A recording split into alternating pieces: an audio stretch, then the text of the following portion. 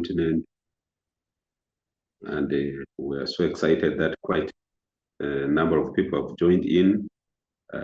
Shows the commitment the Ugandan journalists have in reporting about road safety and ensuring that when we're traveling on our roads, it's always safe for me and for everyone. And it's quite impressive that you've been able to join us, and we don't take this for granted. Amidst all the tight schedules, it's a weekday, and for journalists, it's a busy day everywhere across the continent. And the fact that you've joined us, we are so excited. And we hope that this kind of engagement will continue from time to time until we make our roads very safe for everyone. Particularly for Uganda, the statistics are so scary that we need to do a lot more to ensure that we really work very hard to sensitize both the road users, the motorists, the pedestrians, and everybody who is using the road in Uganda. The latest data from the traffic and road safety department of police indicates that at least every week 61 people die, and that is so scary.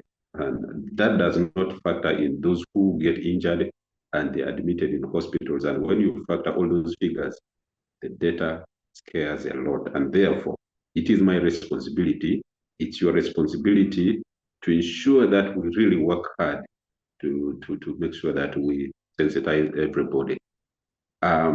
We have quite a congested program, but I hope we will be able to do whatever we're supposed to do within this short period.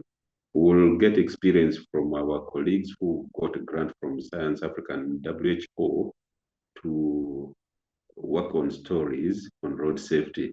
And also any other person who is out there who feels that he or she has an experience to share, we will welcome you. We'll give you a chance to share your own experience on road safety. Many of us have lived with the victims of road crashes.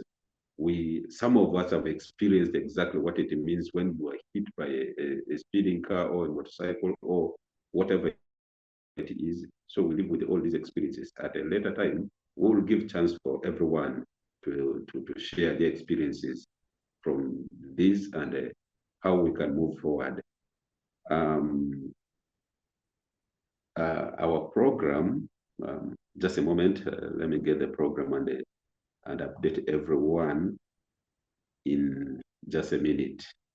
My name is Catherine Nambi from UBC Radio, one of the grantees for the road safety reporting grants by Science Africa and WHO. The story I did was about how safe school zones in Uganda are helping to curb road crashes involving school children. Yeah, I think I shared that story on Twitter. So those on Twitter can get that story. It is also on the Uganda Broadcasting Corporation website. So you can find the story. Yeah, we were looking at stories with solution journalism. And I guess some of us know the pillars of solution journalism. As we go by, I know there's going to be a presentation about it. So these stories were first of all looking at the challenge that is existing, and the challenge we are looking at here is the road crashes. It was generally road crashes, but we are specific about road crashes involving school children. We see the statistics are disturbing about school children involved in road crashes. We see that in Uganda, on average, we lose about 600 children on Ugandan roads as a result of road crashes. So I wanted to do a story that looks at solutions to these crashes. We usually only report so-and-so has been involved in a crash. There are so many crashes. Yes, so we usually deal mostly with the challenges, the problem. So now I was looking at the solution, and the solution in this is the safe school zones. I believe as some of you are passing some of your schools in your communities, you see these zones, where they have zebra crossings, where they have the crossing guides. Some schools call them lollipops. They put on those reflector jackets. They carry signposts that are showing that children are crossing. So I was looking at, and then there's also the reducing of speed, which are called the speed calming features, like the road humps, usually near the school, so that people reduce speed. So that is the story I went about doing. It was quite a good experience going to the community because I approached this story from the community angle. I wanted to feel, usually we get it from the NGOs talking about the safe school zones helping, but I wanted to take it from the community. Is this really helping in the communities where these schools are? So I took it from the community, went to the community to share with the parents, to share with the students, to share with everyone involved. So it was quite a good community engagement as I went about with the story, because talking to the community, they would highlight the effectiveness of the solution I was doing. They were telling me how bad it has been and how it has improved. It's not where they really expect it to be, but at least they say for the time, because in most schools it's been like 1 or 2 years, 3 years. So they say for the time they've seen these speed calming, and some of these have been implemented after the COVID time. So it's not so many years, but the communities really attest that they have really seen a reduction in road crashes involving children. Some can now safely take their children to school. There are mothers who know that there are these crossing guides. So the moment they bring their children, they hand them over to the crossing guides. You find them lining up, waiting to cross. So that gives confidence to the community that these crossing guides are there and they're going to help the children cross. So first of all, the experience was good, engaging with the community, then engaging with the local authorities about the solutions, and then the NGOs and the government authorities, police, traffic police. The challenge came in especially with the data. First of all, to highlight that this is reducing, we need data, we need statistics. But in most cases, even in police reports, they would not highlight most of this. The data was mainly with the NGOs, and it was still also scanty. So you had to go around, to look around to find this solution, to find the data. It was my major challenge. Then the other challenge was about the time. The time, solution journalism requires a lot of time. There are stories that are in-depth. There are stories that are well analyzed. But then you go, first of all, you'll want to go and be where these children are crossing to really see, is this thing working? You don't want to go there one day and then conclude. So you need to go today, go to a different area the next day, go back to the other area and really see if this thing is really working. Then chasing around the authorities. Sometimes they feel some stories, I don't know why, they feel some stories are really hard to talk about. You're writing to the traffic officer, you write to the spokesperson of traffic today, tomorrow, requesting for just an interview of 5 or 10 minutes. But you write to them today, they tell you they're in this meeting, the next day they tell you they're engaged somewhere. You're asking them, can we have a WhatsApp engagement? They're so busy. So you keep chasing people for back and forth. And remember, you have a lot of people to interview in this story.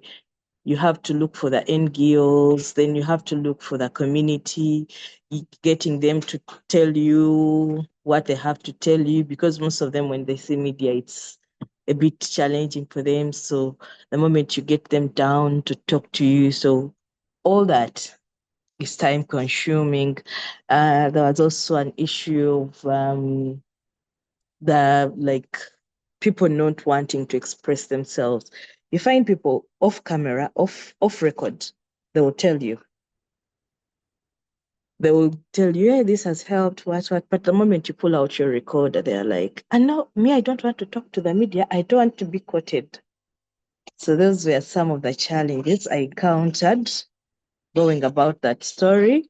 But overall, it was a good experience with the story. And of course, I had the backing of Science Africa, where you, in case you were challenged, you get back to them. They tell you, you include this, remove this. Yeah, so it helped me in working on the story. So I think that was my experience.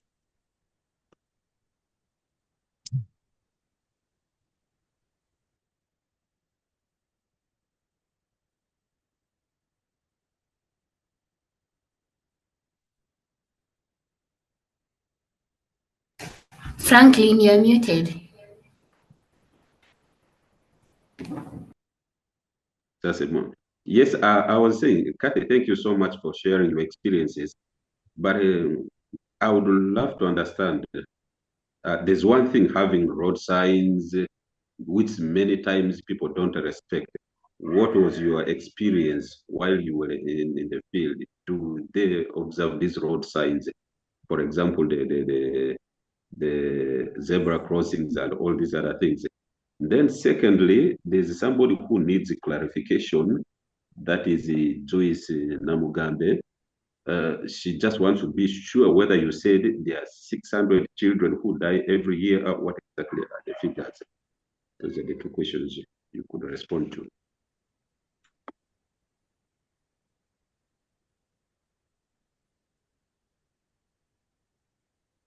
Kathy? Yes. Hello? Yes. Yes, hello. Yes. About the statistics for the children, I think you can check the police reports about the number of children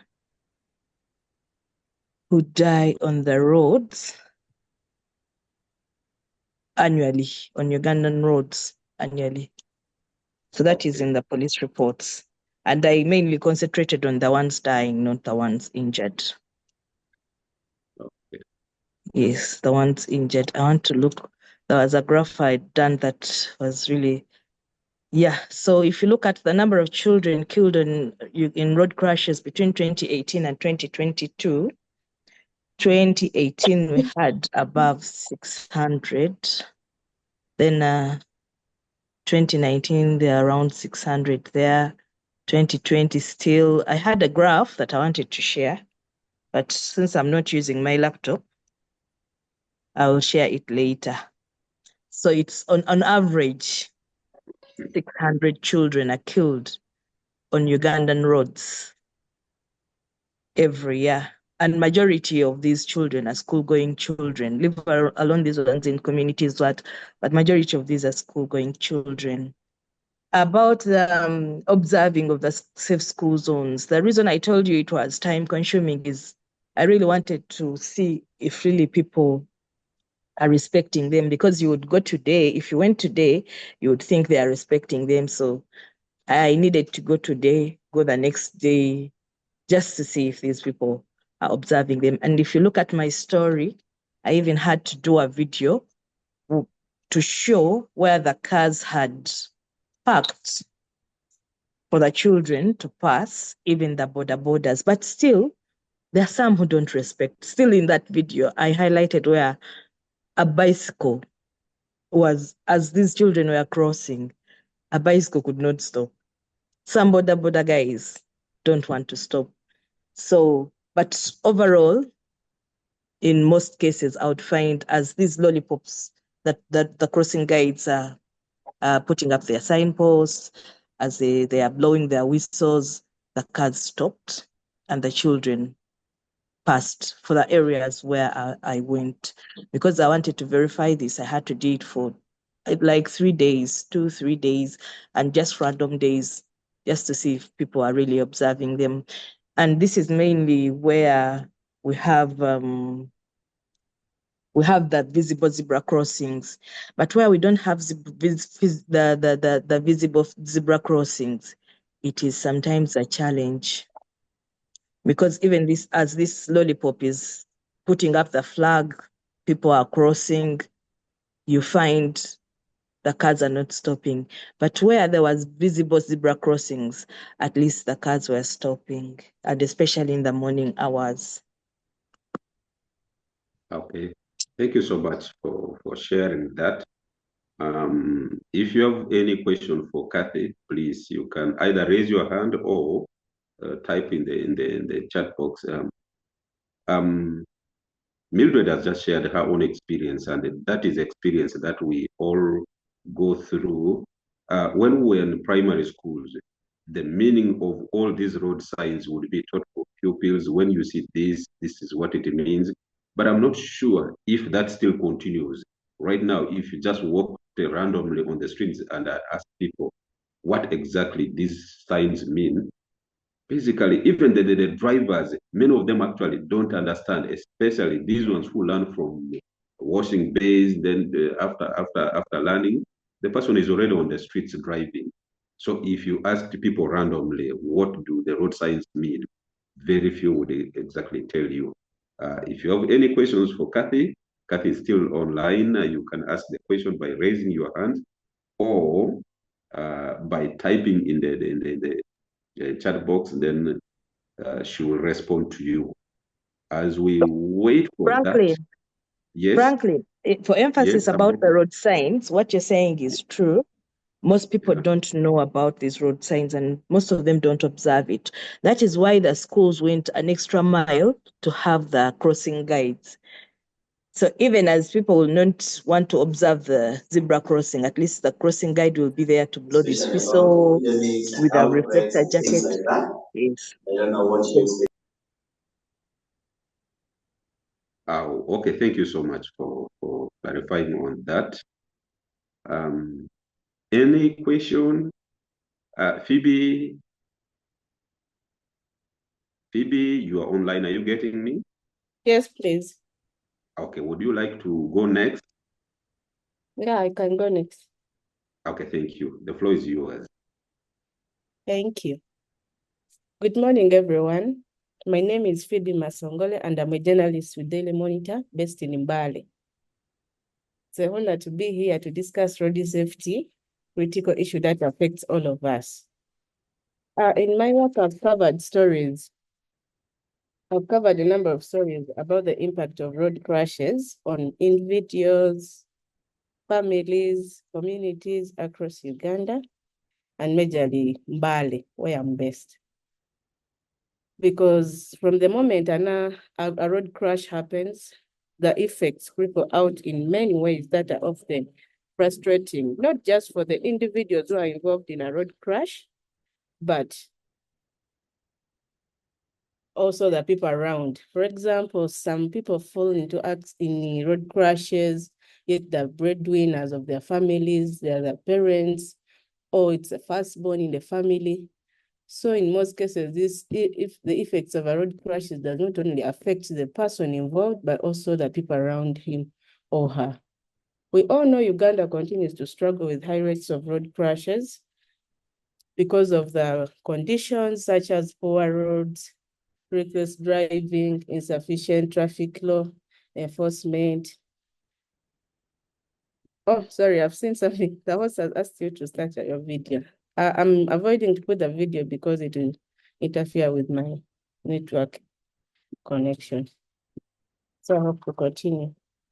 So I was talking about Uganda struggling with high rates of road traffic crashes because of the conditions such as reckless driving, the poor road networks, the insufficient traffic law enforcement. We all know that they have laws is governing the roads and what, but few people follow that. Just like listening from Catherine, you saw many people know the road signs, they're there, but they don't know the use and don't observe them. So this is one of the major causes of the road crashes in Uganda. And as a journalist, it's heartbreaking to report on these stories. But I've come to realize that while the numbers are going up, there's still hope.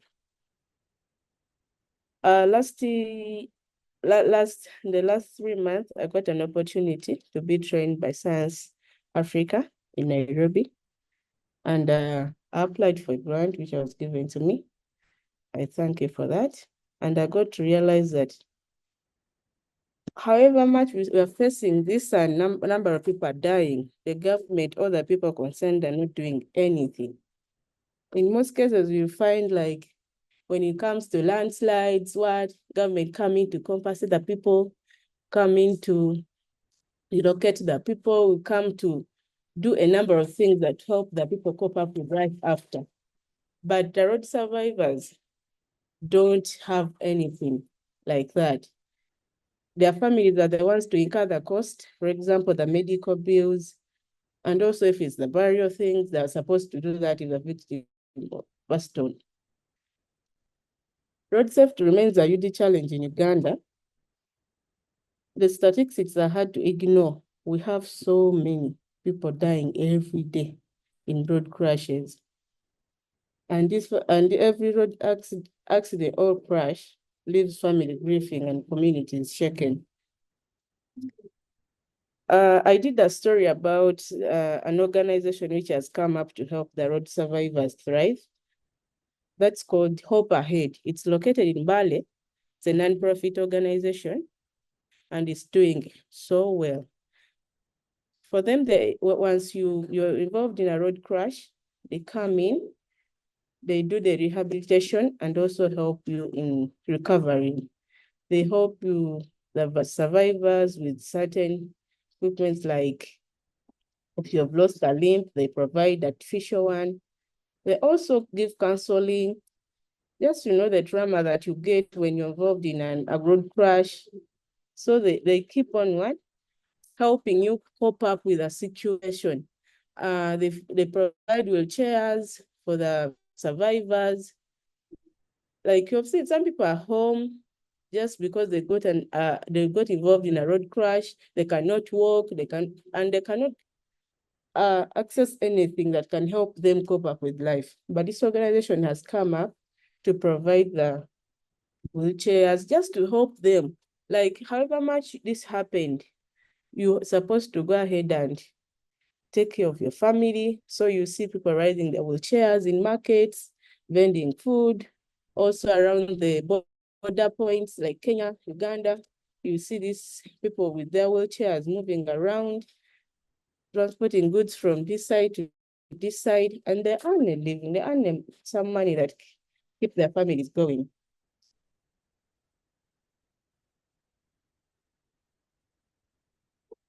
Drug, I think that's all with me. Well, thank you so much, Phoebe, for sharing your experiences with us. And as I said earlier, if you have any question, clarification you would need to seek from my colleagues here, you're welcome. You can either raise up your hand or you type your question or comments in the chat box, and we will appropriately respond to that. Phoebe, you have dealt with these community guys from time to time. What is your experience of interacting with them? What exactly do the survivors go through after the road crashes? Would you be in position to share that with us? Yeah. What these road crash survivors go through is a lot, frankly. First of all, the trauma I've just talked about. They feel like they're never now impactful to their communities, because once you were walking, now you cannot walk. You're a burden to your family. You used to provide for your family, but now you cannot because you lost your leg or you lost your part of your body. So they feel like they're a burden. You find someone telling you, I better die because I'm nothing now. Besides, also just that some people view them as nothing, because once you've been providing for your family, but you are unable, even just your family will just see you as nothing. But others, but just through Hope Ahead, and their awareness have created some change in the communities, whereby they tell the people like, even if this has happened, this person can still go ahead and do something, just through the support they give them and the rehabilitation services they give to them. Okay, thank you so much for sharing your experiences and challenges and all that. Colleagues, those who have just joined in, you're welcome. This is a Science Africa Road Safety Reporting webinar, and this is the last edition. There were previous editions in Ghana, in Tanzania, Ethiopia, Kenya, and finally it has come to Uganda. And we appreciate your efforts so much in joining this conversation, and we hopefully hope that going forward we shall have more frequent engagements with all the journalists who are passionate about road safety.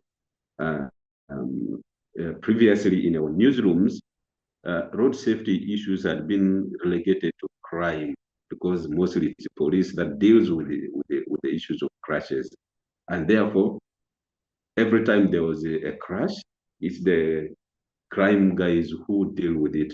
But we also know that it's a big public health issue, that it eats into the budget of the Ministry of Health and the health sector in general.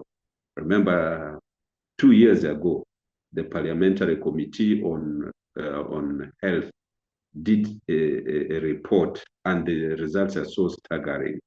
You find out that a single road crash for an operation to be carried costs about 13 million. If it's a minor one. If it's a major one, it goes up to 16 million. And daily in referral hospitals across the country, government spends more than 200 million daily to treat road crash victims. And that's a huge burden on our budget.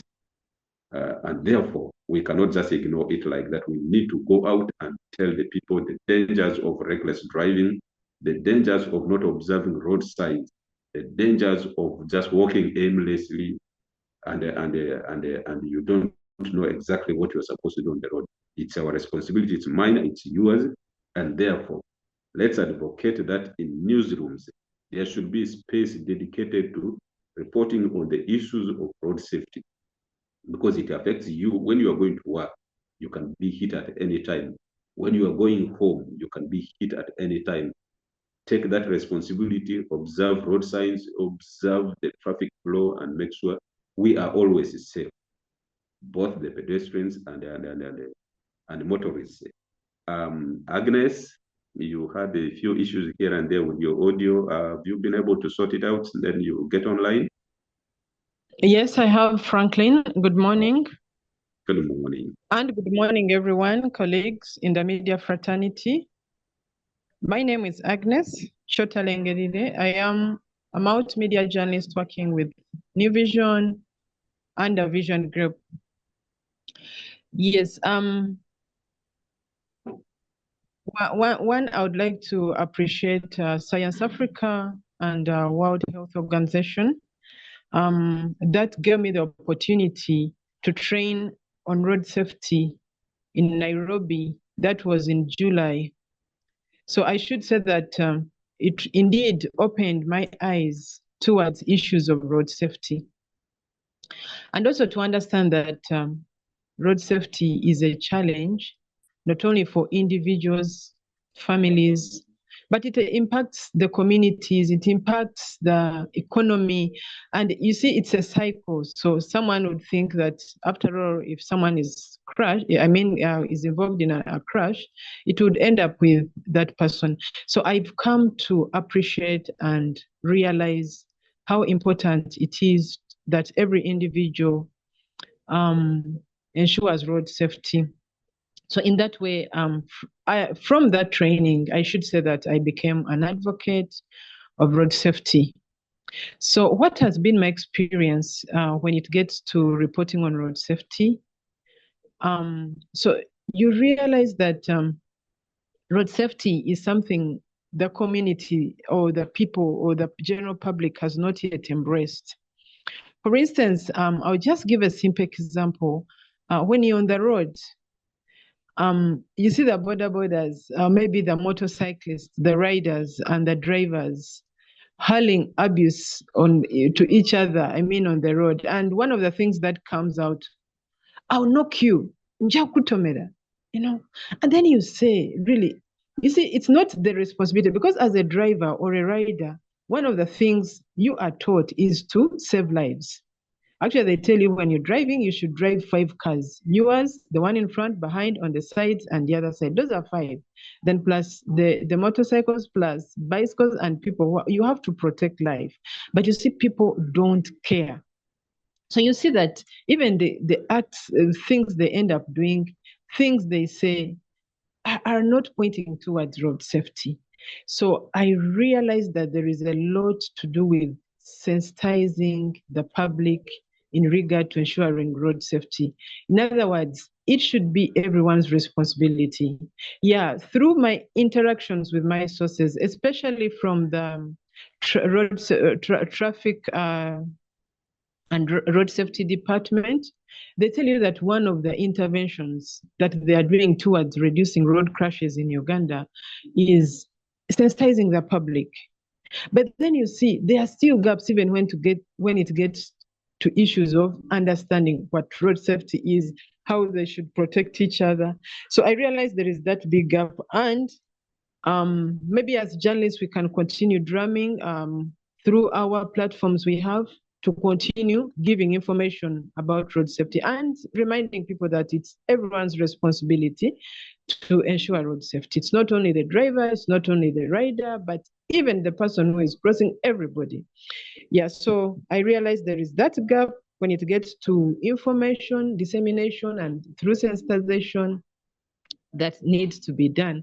Then also on the other thing I noticed is to do with interventions that are in place. For instance, I did a story on what Uganda is doing to curb road carnage. So you see that they talk about, they said there are laws, policies that are being implemented. For example, the issue of reducing death through motorcycle crashes. So they tell you that, they brought the law of, they're trying to implement the law of the cyclists wearing the reflector jackets and helmets and all those. And then they say also soon, actually it should be now being implemented, that all the passengers should also have helmets and should have reflector jackets. But you see that now when it gets to implementation on the road, it's put more on, emphasis is put on the rider or the driver. But then this passenger who sits at the back, for instance, riding, is not, much emphasis is not put on. For instance, how many people have been arrested, passengers, for not wearing helmets? How many have been arrested for not wearing reflector jackets? So you see, there are still gaps that really, as we report as journalists, we need to emphasize. So that also brought me to that that gap. Then the other gap is to do the challenge I got was accessing information. When I was reporting on these stories, accessing information, especially from police. Yeah, they said there is a right for confidentiality, right to information, protecting the victims, not giving away information anyhow. But you find that sometimes the critical information is not given to you at the real time you need it.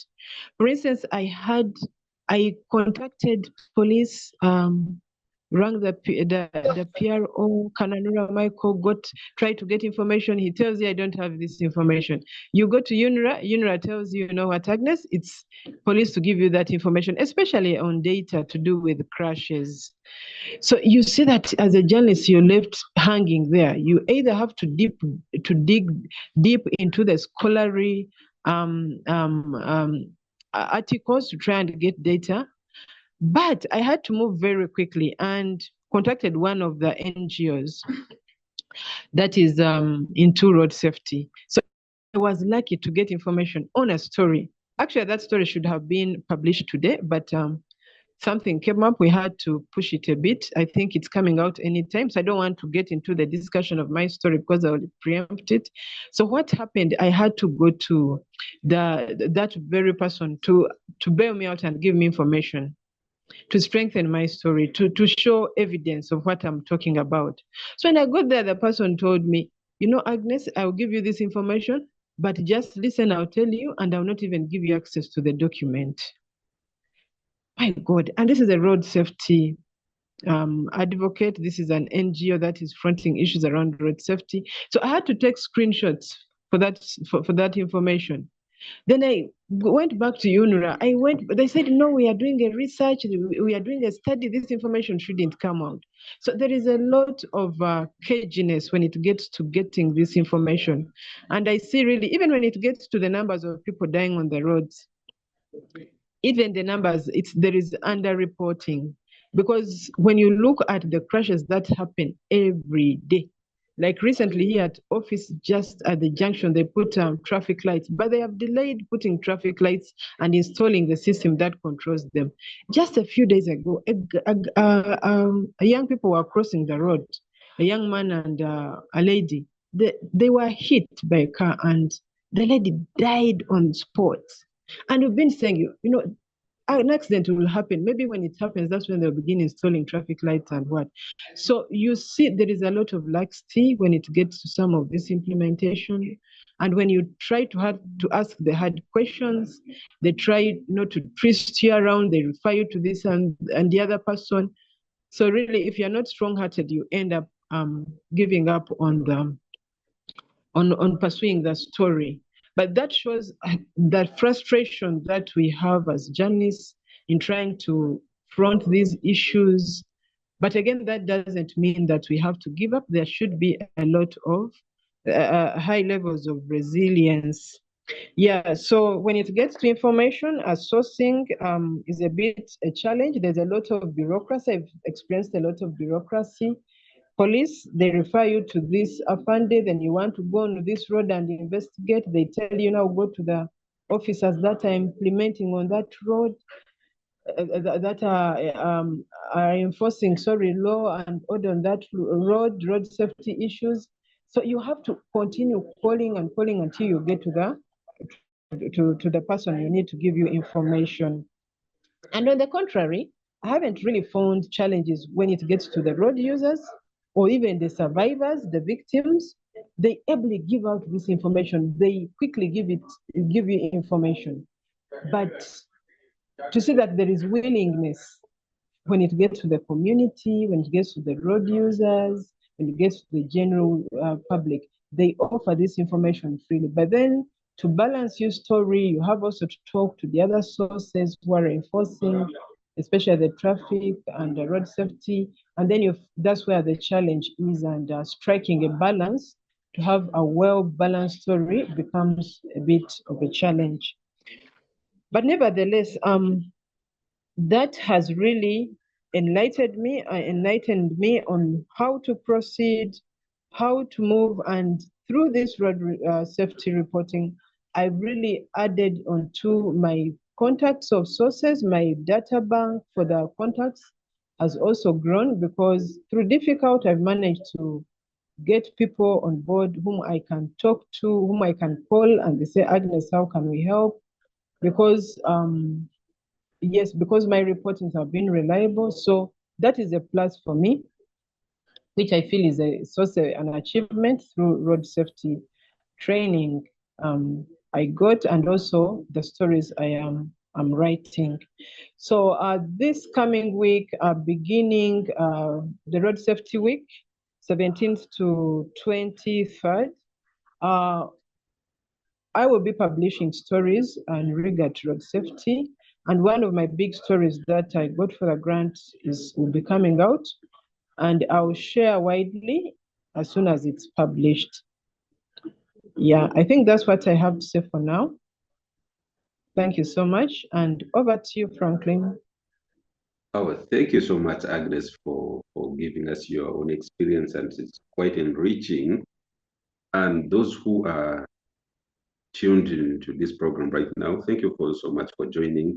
There are a couple of comments on the chat box. Joel Mwesiga says one of the big problem is that we usually have a lot of boardroom sensitization rather than end users who meet the real issues. Joel, I totally agree with you, and that is why we are bringing the media on board. Our platforms are very powerful tool for reaching out to the end user. You know, when you bring people to the boardrooms, it's only few people who can attend these meetings. But when you are on radio, when you're on TV, when you are writing a story for print, that's a very powerful tool that can reach so many people. And we really encourage all the journalists to make sure that they factor in the issue of road safety as a very important component, and we get going. Many times we blame the border cyclists for not putting on road safety gears. For example, the reflector jackets, the helmets. But how many of us actually put on reflector jackets? How many of us put on helmet? We think it's the responsibility of the rider. But what about you? I know for a fact that when Agnes sits on a motorbike, she has her own helmet. She doesn't have to depend on the one provided by the cyclist. When I sit on a motorcycle, I have my own reflector jacket, which I'm putting right now. Every time I'm getting out, I make sure I put this thing in the bag so that when I sit on a motorcycle, I wear it. When I sit on a motorcycle, I make sure there's a helmet. How many of journalists are able to do that? Because even if the rider puts on a reflector, at the end of the day, you cover the person who is behind you, especially at night. These reflector jackets reflect, and somebody is able to see you from afar.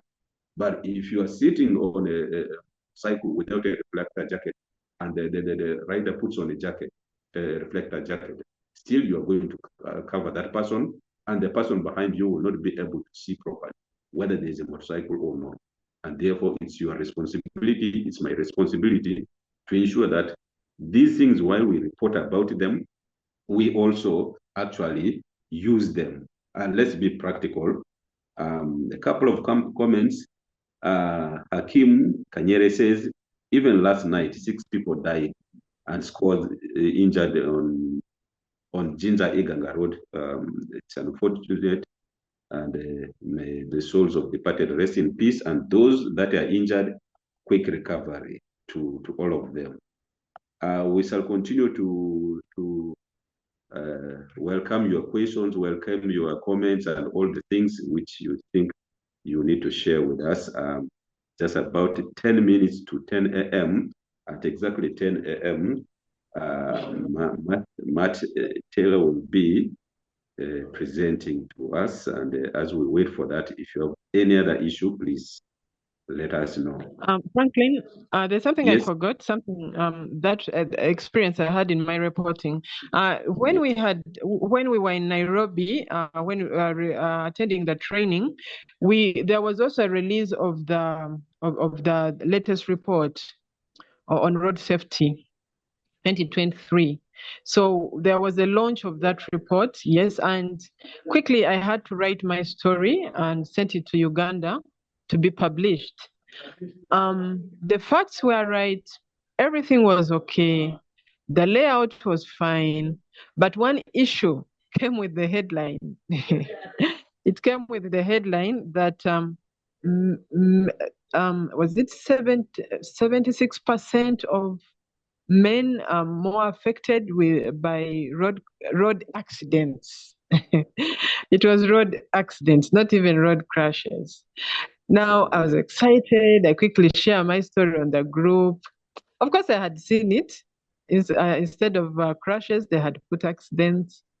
And then also, that's the exact comment I got from the trainers, the Mathews, the Leos, the Daniel.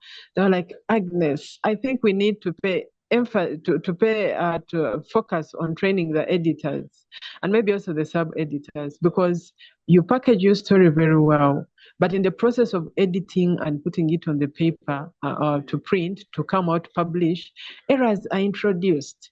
So instead of saying road crashes, they indicated accidents, and that was glaring in the headline. So it kind of pulled me back. So what am I saying? That during this phase of training journalists on road safety, let our trainers, let them also focus, let them also create time for the editors and maybe sub-editors, people who oversee the process of these stories, production and editing, and until the publishing time, so that we are reading from the same script, we are talking the same language, so that there is nothing that is altered, so that our language can remain, the diction, the choice of words we are using can remain perfect and aligning with the alignment with the road safety issues and language. That's what I wanted to say. Thank you. Oh, thank you very much. And that is not only isolated to you. Basically, in most of the newsrooms, we still grapple with that issue of accidents and road crashes. Our editors, while some of us reporters have had trainings and we have developed needs for that, the back-end staff still, even if you say road crash, when they're working on the story, they'll change it to accident. And therefore, when you are doing such a story, please don't leave the newsroom until your story goes to the page. Even if it is put on a page, you go to the sub-editor and make sure you check whether it is an accident or a road crash. That's one of the things I always do. We keep on engaging with both the editors and the subs until finally the story goes to the rest, to bed. And that's something I've kept on saying from time to time. It's not only the reporters who need the training. Sometimes we need these refreshers for the back-end staff as well. But that's a conversation we continue to have. But when you see from the beginning to now, things keep on changing from time to time. Hopefully, soon it will end. About 5 minutes to 10. If there's any comment, welcome.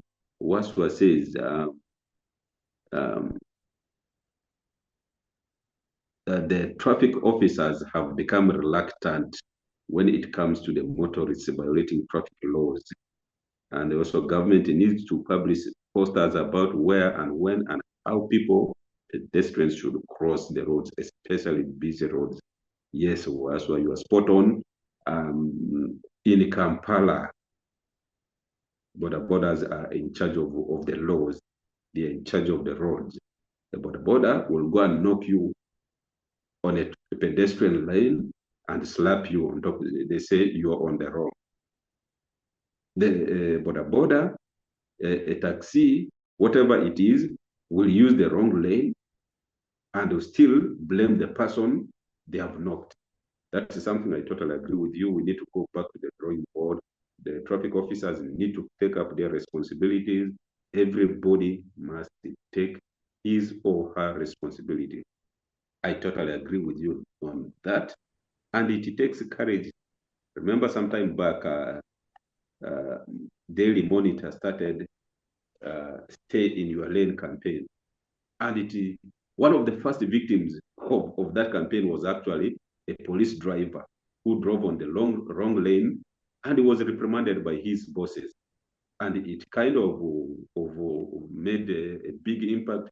The ministers who were driving on the wrong lane fell in their positions, and so many other people, the road users who had been abusing road use, they fell in their position. But again, it couldn't be sustained for much longer because it has a lot of financial implications, and not so many people were able to support that campaign.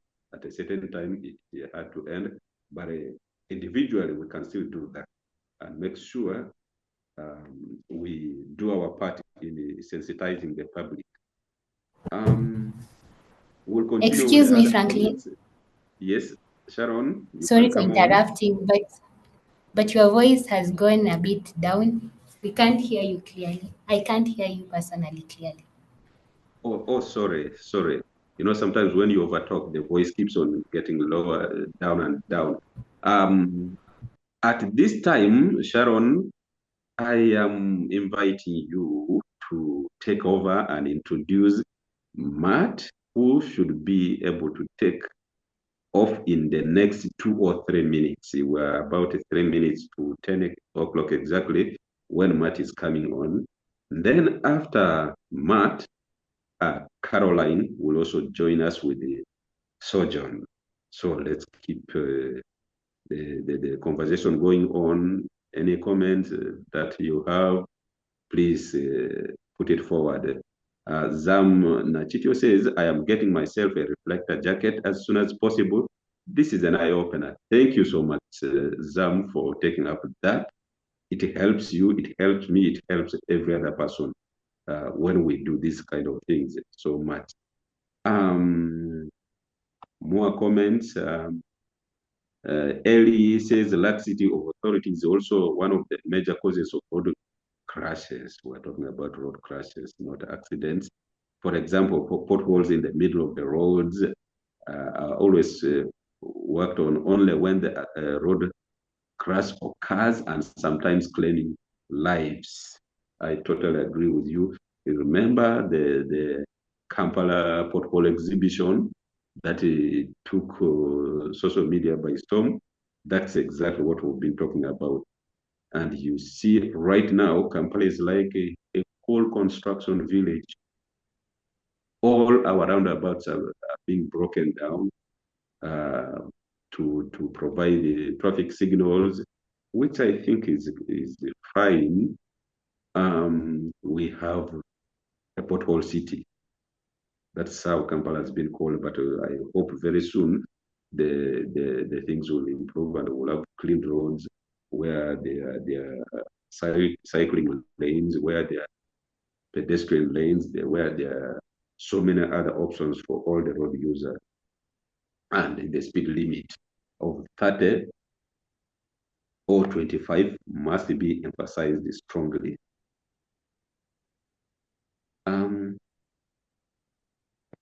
We'll continue to read the comments. Sharon? Yes, Sharon? Franklin. Okay, over to Yes, you. can you hear? Kindly, yes, I can hear you. Kindly, you can introduce Matt, and he takes over from there.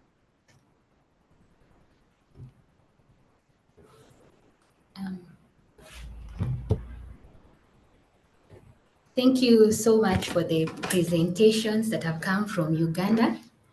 It's wonderful to hear the experiences that you've shared and lessons learned from your reporting. So now I'm going to hand it to Matt. Matt is the communications, is in charge of communications at the WHO for safety and mobility. He's going Sharon, to are you take here? us through. Yeah, you can't hear me, Franklin. Hello? We can hear you, Sharon. Yeah, Matt can hear me. Hi, Matt. So as I was saying, Matt is going to take us through covering road safety from the safe systems angles. Over to you, Matt. Thanks so much, Sharon, and thanks so much, Franklin, for bringing everyone together and to Science Africa, for working with us on this overall. So yeah, some of you I've obviously met before, and it's great to see you again and to work with you. And I'm just going to go over a few key points on, as a refresher from the training we had. Can you hear me? Sorry. We can hear you. Cool. Thanks. Sorry. Thanks. Great. So yeah, very, very quickly, just a few key refresher points because I know you've already had some very detailed discussions, and experience sharing. So let me just share some slides. You should be able to see this now. Road safety reporting, small editorial changes for big impact. So I'm just going to share or reshare a little bit of evidence from a number of studies that have been done that show that how you write your road safety related reports, how you write and how you talk about crashes can make a real difference in terms of how your audiences receive them and what they want from policymakers after they read it. So I think, to start with the big picture, as Franklin has said many times, and many of you have said, the dominant narrative that we see in many countries all over the world, not just in East Africa or Africa as a whole, it's in Europe, it's in Asia, it's everywhere. This dominant narrative is that road accidents are inevitable, that road deaths are the price that we just have to live with, and the price we pay for getting rich and being able to move around, for developing. The implicit reasons for the implicit causes of individual road crashes are sort of isolated events, and they're usually caused by individual road users like drivers or people walking across the road when they shouldn't, things like that. This is the dominant narrative. And the victims, the people who are killed or hit or injured, are often the focus of these news reports. But as we know, the facts, the evidence, the science has shown that dominant narrative is wrong, which is precisely why it is so good to work with you all as professional truth tellers and storytellers, and with Science Africa, and journalists like Franklin, who are helping spread the word about road crashes, the truth about road crashes. And the truth is, as we know, that road deaths are preventable. We can stop them from happening. The truth is that with good planning, road deaths are avoidable as countries develop. They are not the necessary, inevitable price of development. And infrastructure, road design, good laws on things like speeding, and regulations around vehicle safety that are enforced properly can stop deadly crashes from happening, can reduce the energy that kills people when they are hit. And so obviously, as reporters, as you are doing, you can dig deeper into these causes and the knock-on effects among families, among communities, and in the economy of Uganda or region. You can look into the wider knock-on effects of these crashes as well.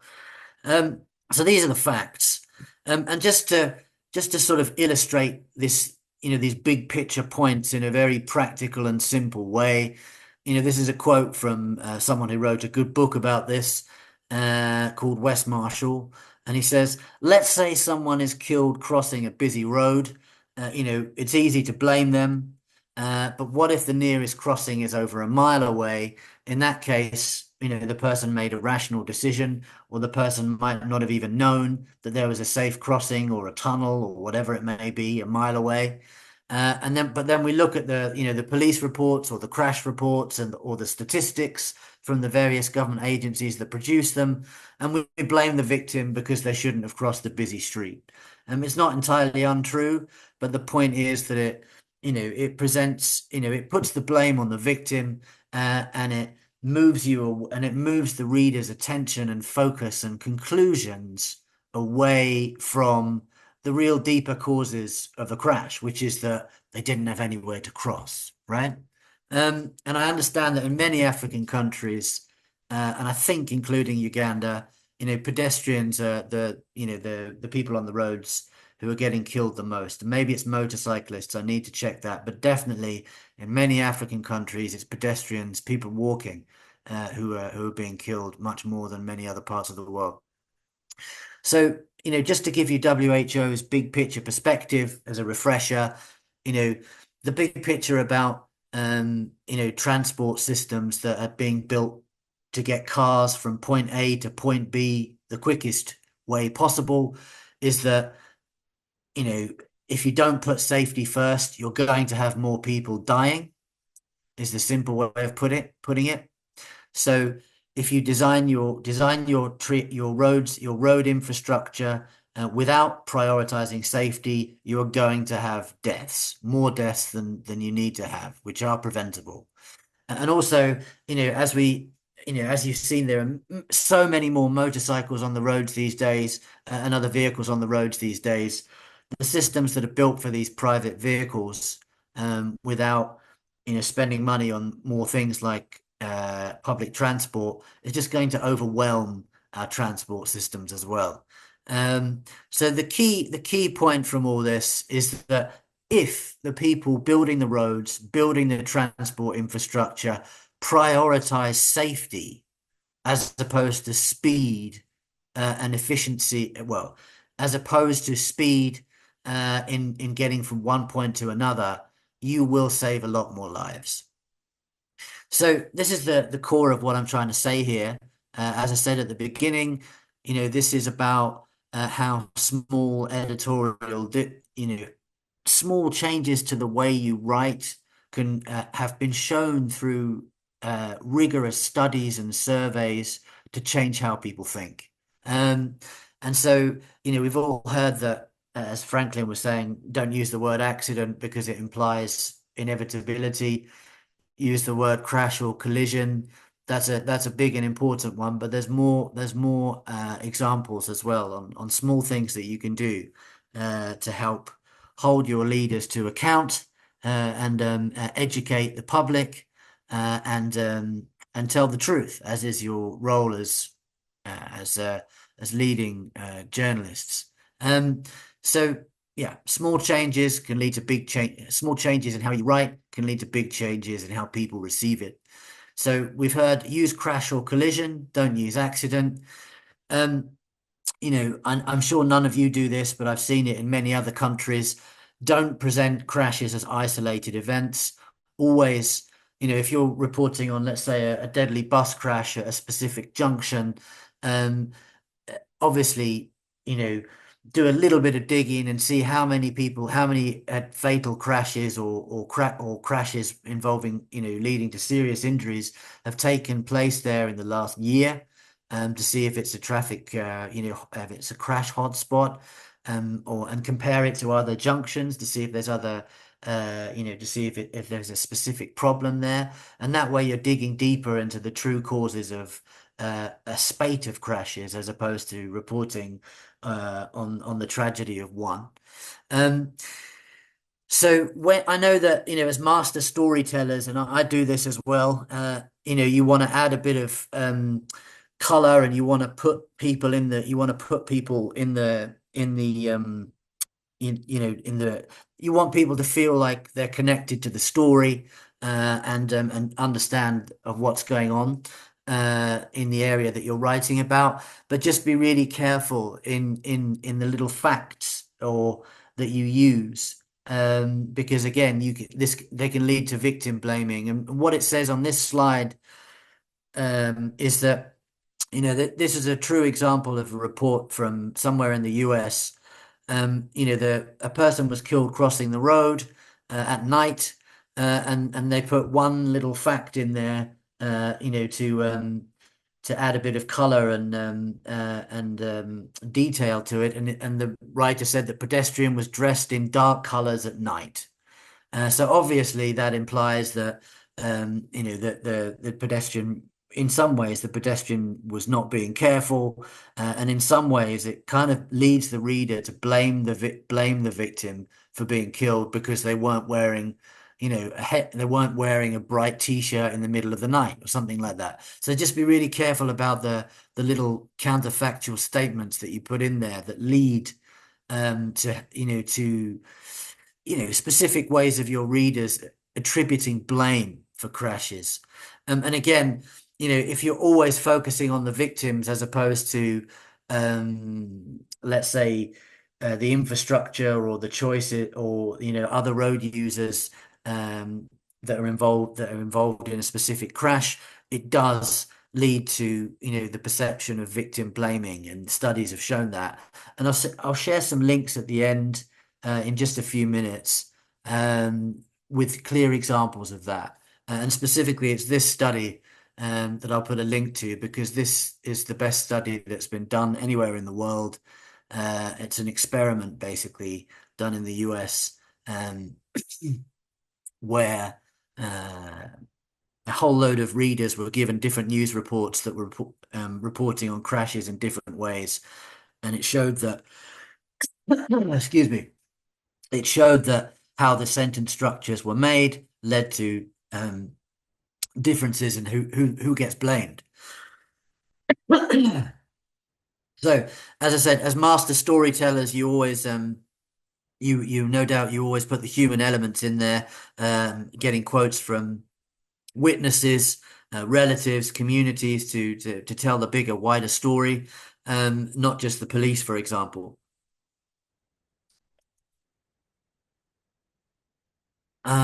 So a couple of quotes that really distill these points again in understandable ways. The first one's from one of the only academics in the world who looks at how we talk about road crashes and how it influences policy. And he says, "It is unimaginable that we present rape victims in what clothes they were wearing or what they were doing when they were attacked. The focus on victims makes us ask questions about them rather than the systems that they are operating in." Now, this guy from the University of Amsterdam is obviously trying to be provocative here by talking about rape victims, but he makes a good point. He's making the point that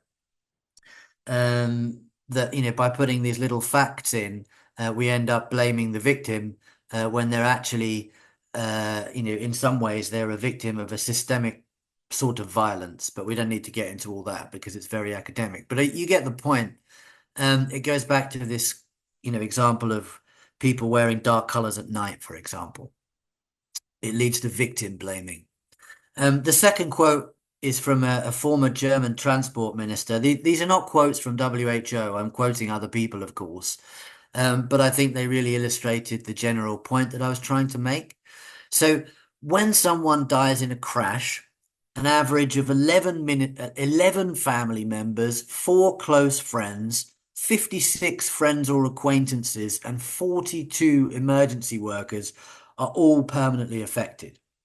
Now, those numbers will be different in many different parts of the world, but what this former transport minister was trying to illustrate here is that, crashes aren't isolated incidents. They ripple through families with people requiring 24-hour care if they're left with permanent disabilities or serious injuries.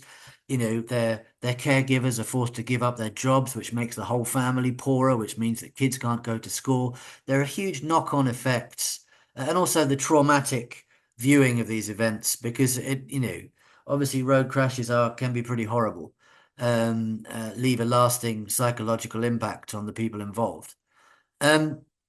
So, as I said, there's a whole load of resources that are available to help you in your reporting on road safety.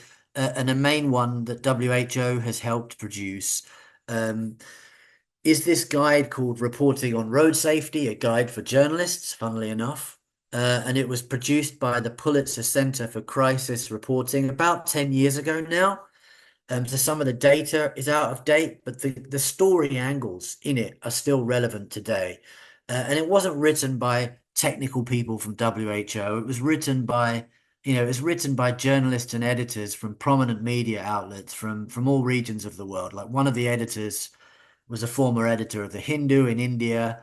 There are a number of African journalists who have contributed to this, and from other regions as well. So it's a guide for journalists, by journalists and editors.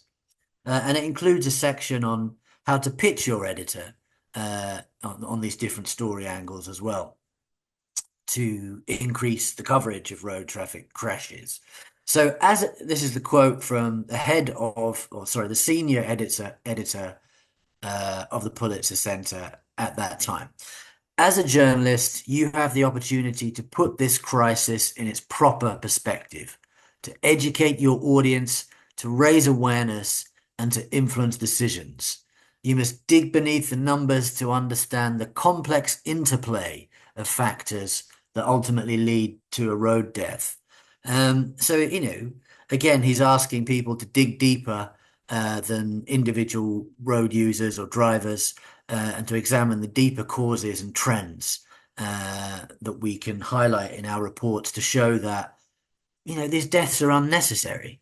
They're preventable and they're unnecessary. and we can do something about it because we know what works. So there's other useful tools that will help you in your give you background information and data for your reports. So the WHO Road Safety Data app, it includes country profiles on, the number of deaths on the roads that are reported by governments and the number that WHO estimates they actually are, as well as the progress in terms of laws and regulations and how they fit with UN recommendations.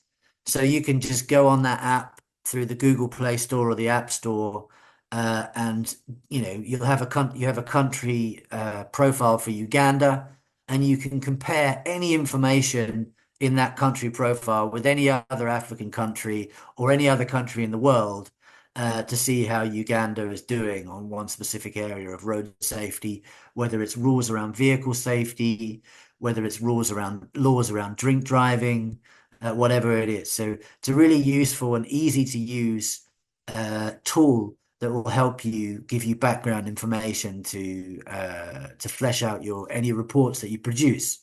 And here's a few more things that are designed to help you. I will put links in the chat after I stop talking in a minute or two.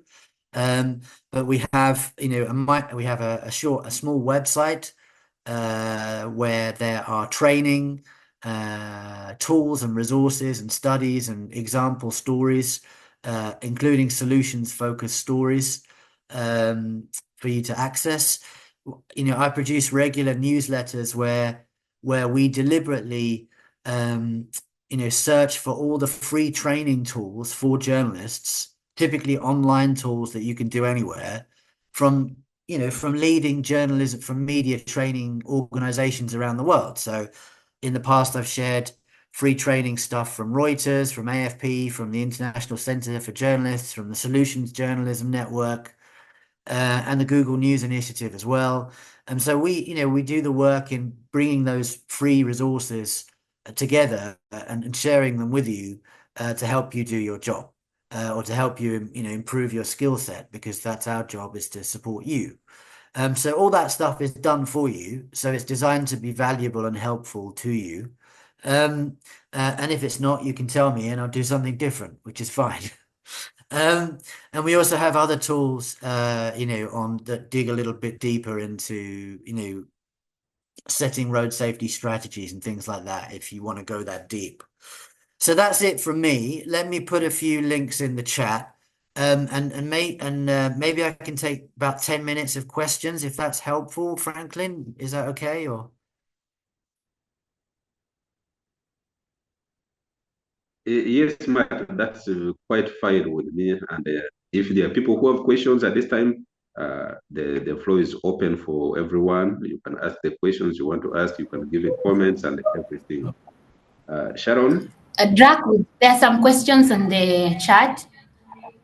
Like someone is Yes. asking for why we can't use accidents, why we are emphasizing on crashes. Matt, maybe you can explain to them better. yeah, thanks so much for highlighting that, Sharon. Thanks a lot. So look, really good question. Why the words crashes or collisions or incidents and not accidents? And it's simple. It's because accidents, the word itself, accident, implies something that you can't really avoid. It's just, there's this expression in English, right? It's just accidents happen, which means that you can't really do anything about it. Accidents will happen. And but the science and the evidence for years of work in many, many different countries has shown that deadly road crashes are preventable, not inevitable. So that's why in countries like the UK or other countries as well, and even places as far away as Colombia in South America and the AP news agency, right? They don't use the word accident anymore, because it gives the wrong impression, when actually deadly road crashes, not crushes, are preventable. I hope that answers your question.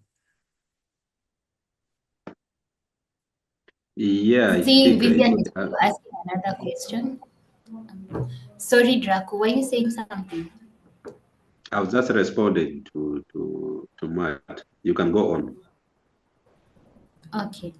Matt, I think you've explained quite well. And in case anyone has a follow-up question, maybe they can raise their hands and ask, or maybe they can just type in the chat. Someone is asking about how to deal with the problem of blame game on the roads. Blame game on the roads. What do you mean? Drivers and pedestrians getting into a fight about who caused the crash? Or can you give me a bit more? Can the person maybe just turn the mic on and tell me what you mean? Then I can Vivian, answer. maybe you can raise your question. You can just open your mic and speak up.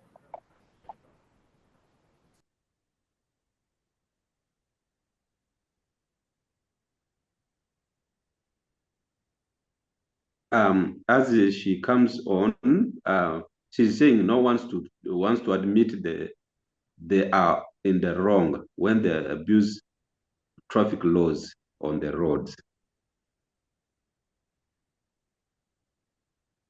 Yeah, I mean this is in part this is a job for policing, right?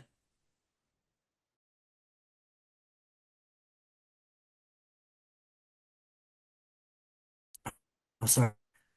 I mean, it depends on the police usually try and assign blame individual users like drivers or border riders, motorcyclists, pedestrians, whoever it may be, right? But the problem that we have is that if you assign blame, I tried to show in my slides that sometimes if you blame individual road users like that, like people walking across the road when they've got nowhere to cross the road safely, it gives an inaccurate picture of why the crash happened.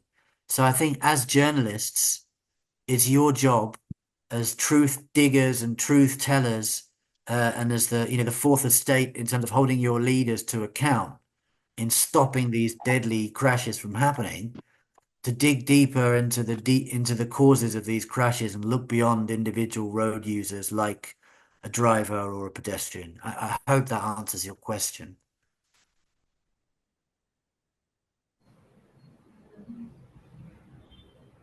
I think you've answered the question. Eli has a question. He has raised up his hand. Eli, you can just open the mic and ask your question.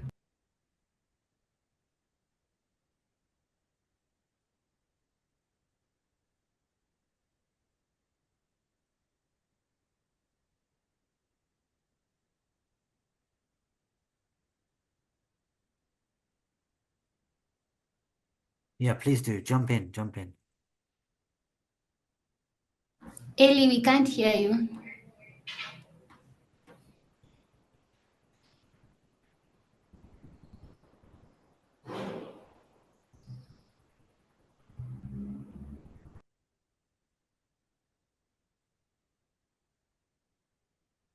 Maybe Eli can type if he is not able to speak.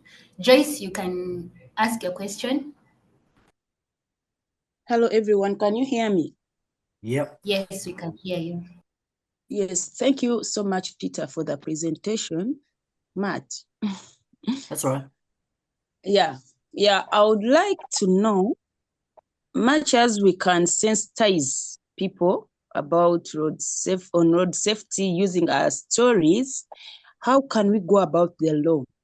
Because in some cases, the law has partly contributed to the increase in the road crashes rates, because we don't know how are the perpetrators punished. How can we convince a victim whose case was ignored that the law is there and the law is active towards the perpetrators of those who are leading to road crashes? So I think we need to tell our stories, including the law, but somewhere, somehow, it is tricky, especially I'm speaking on Ugandan side.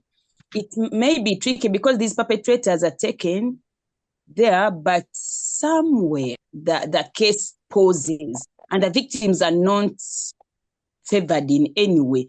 I've heard people saying it's better when someone is involved in a road crash to die. This is from the side of the drivers. It's better the victim dies than surviving, because when the victim survives, it will be hard on him to compensate and face all those compensations and negotiations between the victim, the survivor, and the perpetrator. So they think it's better the victim dies. It is just a hearsay, but I've heard several people talking about this. So how can we bring out our stories, including the law, and sensitize people that the law is there and they can face justice? Thank you. Well, I think it's a really good question. Thanks for that, Joyce. And you know, I guess every situation will be different. But while you were talking, I was thinking, you know, that there must be a number of different sort of investigative stories there, right? Based on the examples that you've said of you know, what the struggles are that people who have you know, suffered traumatic injuries in road crashes, what they've had to do in order to get compensation and get support, and what systems and structures are in place to help them, right? That are put in place by the Ministry of Health or other actors in Uganda who should be providing these services. And it sounds like there's a really important, you know, if you have, you know, 2,000, let's say, I'm just pulling a number out of the air. This is not, you know, not a quote or anything, but hypothetically speaking, if you had 2,000, yeah, sorry, go ahead, Joyce, go ahead. No, it's okay. You can continue. Sorry. Okay. No, that's all right.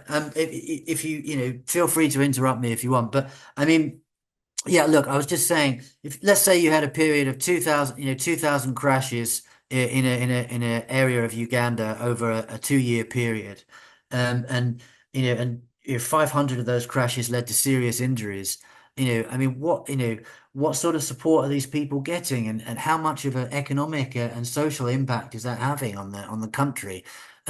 So I think that you can just state the laws. You can state the laws and the systems that the government says are in place.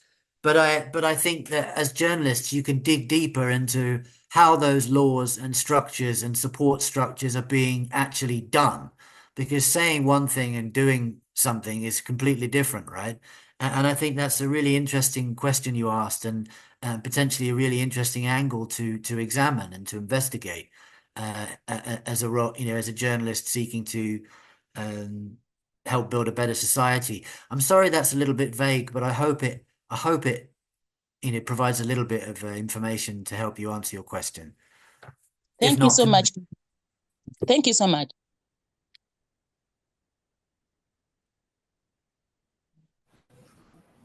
Also, maybe, Joyce, you can try, after you've been engaged in the solutions journalism approach of reporting, maybe you can use it to report solutions that are there on the roads but are not working. That gives attention to it gives attention to the policymakers on what they need to do to make these solutions that maybe the government is implementing work better for the citizens, what they can use to improve so that there can be safety on the roads. Okay, thank you so much. You know, if I can just add to Sharon's comment, because I think it's really, really good, and I completely agree. I think, as I said, there's a wonderful investigation to be done there, and for policymakers as themselves as well. If you were to, as I said, to state that, you know, if you were to get expert opinion from an academic or someone else to say that, you know, if there are 1,000 people with serious injuries and this is costing the country X amount of money each year, that is a powerful statement to start a solutions focused story, to get the attention of a policymaker, you know, in as you produce a solutions focused story, to see what works and what doesn't, and provide in helping you know, people who've suffered traumatic injuries get better, get on with their lives, or get productive again, things like that. So I think if you haven't done, I know you haven't done the solutions journalism refresher yet on this call, but I really agree with Sharon's point that that could be a wonderful angle to look at. Okay, thank you. I see Eli has posed his question on the chat. So let me just read it, Matt, so that you can answer. He's saying his concern is that the law should start with illegal drivers on road and minimizing border borders in Uganda. Let me He's make raising sure. a concern. Yeah, It's not sorry. exactly a question. What's the concern? Border riders? What? Sorry, I didn't get it. He's saying that his concern is that the law should start with illegal drivers on the road and minimizing border borders in the country. So for him, the border borders are a challenge. Yeah. Look, none of these problems have really quick and simple and easy solutions, right? Which is what, otherwise they would have been done already. But I think one of the risks, there's a number of problems here. One is around, testing and the process of validating sort of driver's licenses and cost involved in that. And some of it involves I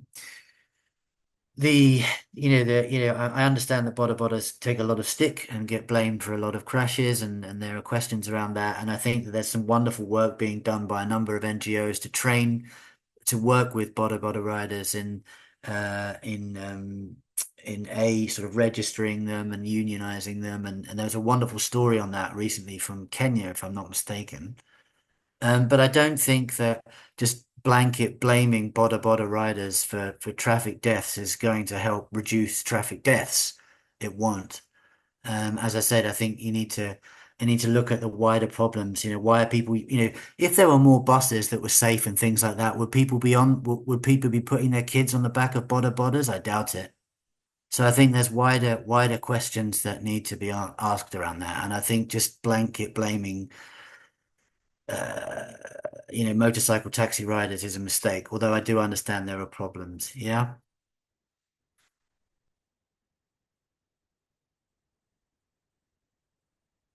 Sorry if that's not a specific you'd want, but I have to give WHO's view on it. Yeah, and actually, Matt, what you said about the system's approach of doing such stories would kind of help. It will navigate around the issues of blaming one another to see if are the systems in place, is the law doing its purpose, is the infrastructure well maintained, are the drivers aware of what they're supposed to do when they are on the roads in terms of maybe their education when they are going for the driving lessons. You look at the story from a whole perspective, and that helps to maybe eradicate the blame game, whether it is the border that is on the wrong, or it is the driver that is over speeding, or it's the passenger that did not consider using the crossing at the zebra crossing or using the footbridge, such issues.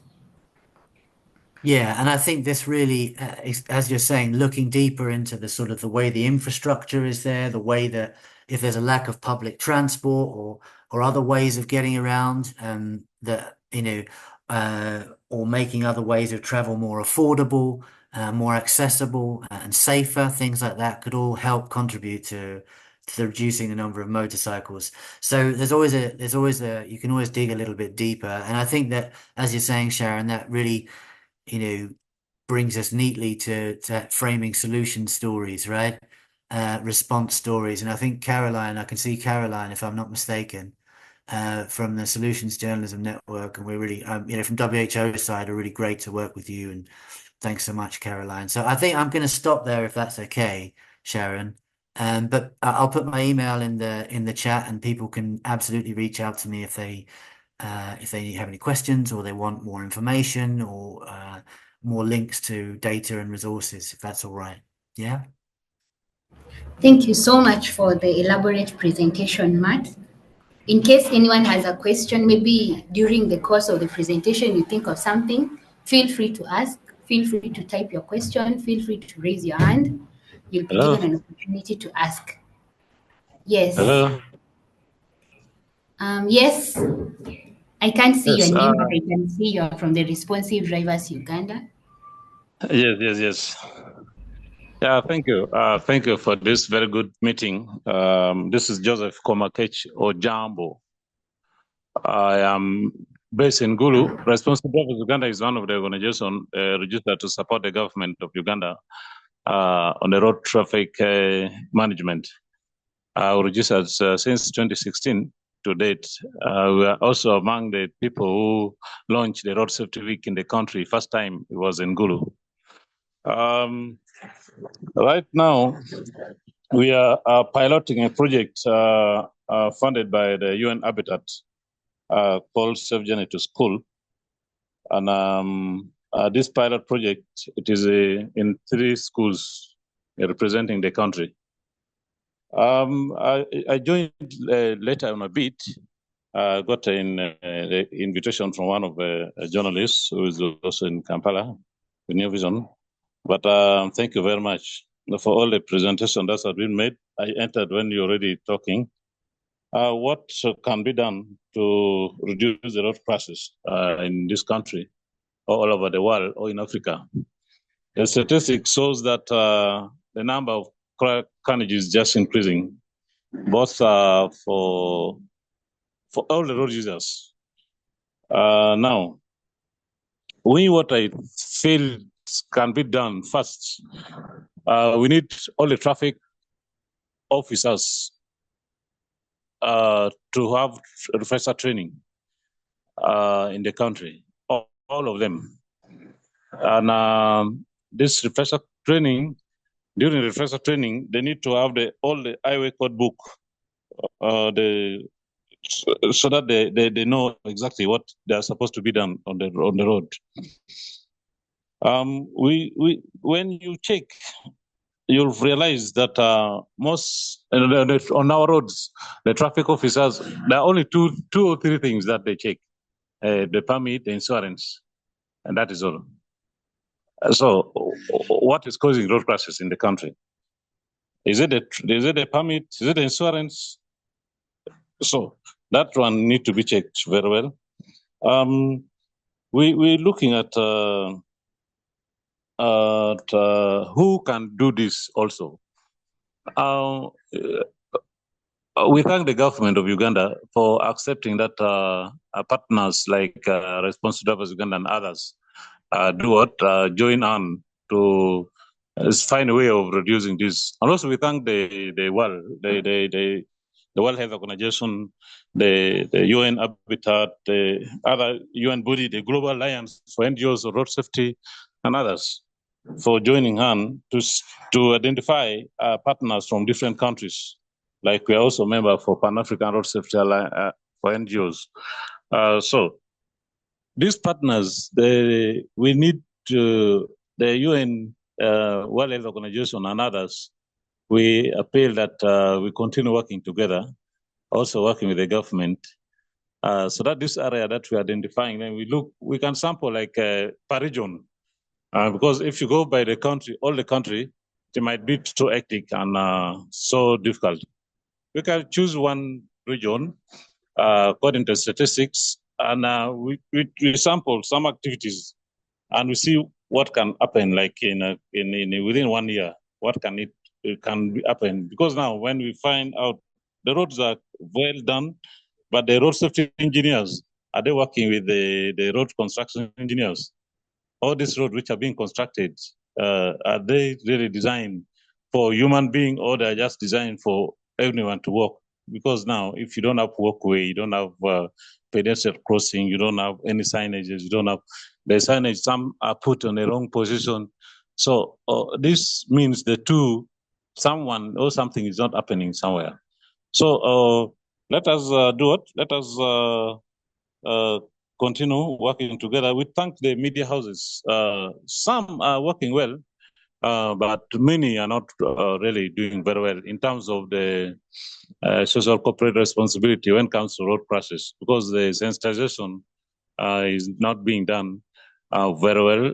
The road safety tips is supposed to be given every morning or evening hour, at least just one, less than even 2 seconds. Something we are supposed to do today, if can be put in all the media houses. The journalists, we have, I think most journalists, they are working, but few are also having interests on the road process, because we would be getting a lot of reading materials. I mean, the information, or they will be calling us, find out what is it, that what can be done. But now, when some of these media houses, you go to them, they need you to pay. Now, like for us, we are volunteering. There's no one supporting this. They come once in a while, then now we cannot have this kind of information passed in radio stations or in. We're just using maybe the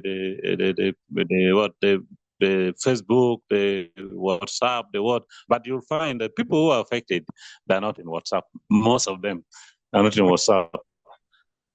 So this is what I can contribute for what I've listened, but we have a lot. We thank that at least today we have been in meeting. Thank you.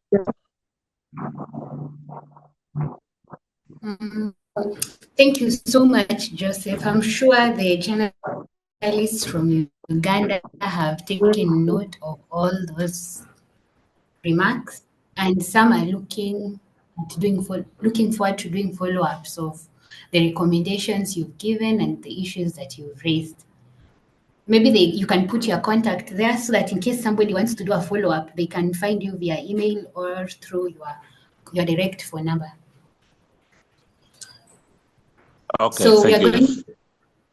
Okay, thank you so much, Joseph.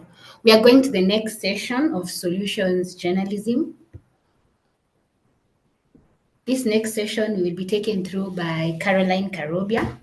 Caroline Karobia is the Solutions Journalism Network Africa Initiative Manager.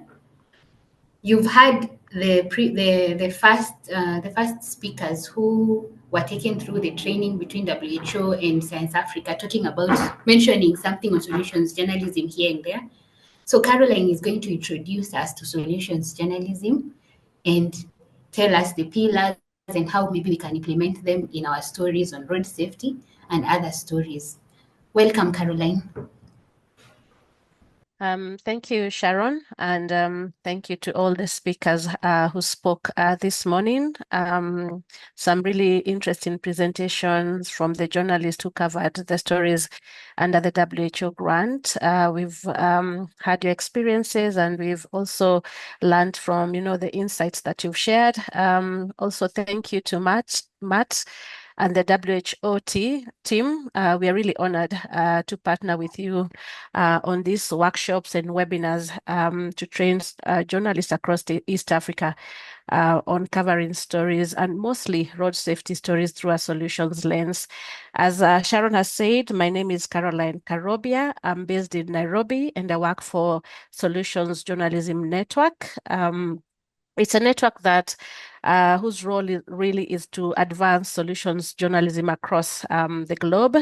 Our role and the initiative that I manage, we work very closely with Science Africa, who takes care of East Africa, that is Kenya, Rwanda, Uganda. Previously, they also worked with Tanzania, and in this particular project, they've worked with Ghana and Ethiopia as well. But apart from that, we also have another partner in Nigeria, that is Nigeria Health Watch, as our implementing partner in that part of the world. So we have quite a number of projects in the region, and the main one has been working very closely with journalists to train them on solutions journalism. So we've done this during the WHO workshop that took place in Nairobi, and the subsequent webinars that we've been having with 5 different regions across across Africa. So thank you. I'm sure some of you have done or have been trained on solutions journalism in the past, but this is just a refresher so that you can understand why it's important for you to incorporate or to use solutions journalism approach when you're covering stories on road safety. So apart from just covering problem-oriented angles, we are now showing you why it's important to also cover stories through a solutions lens. I'll share my screen. Just give me a second.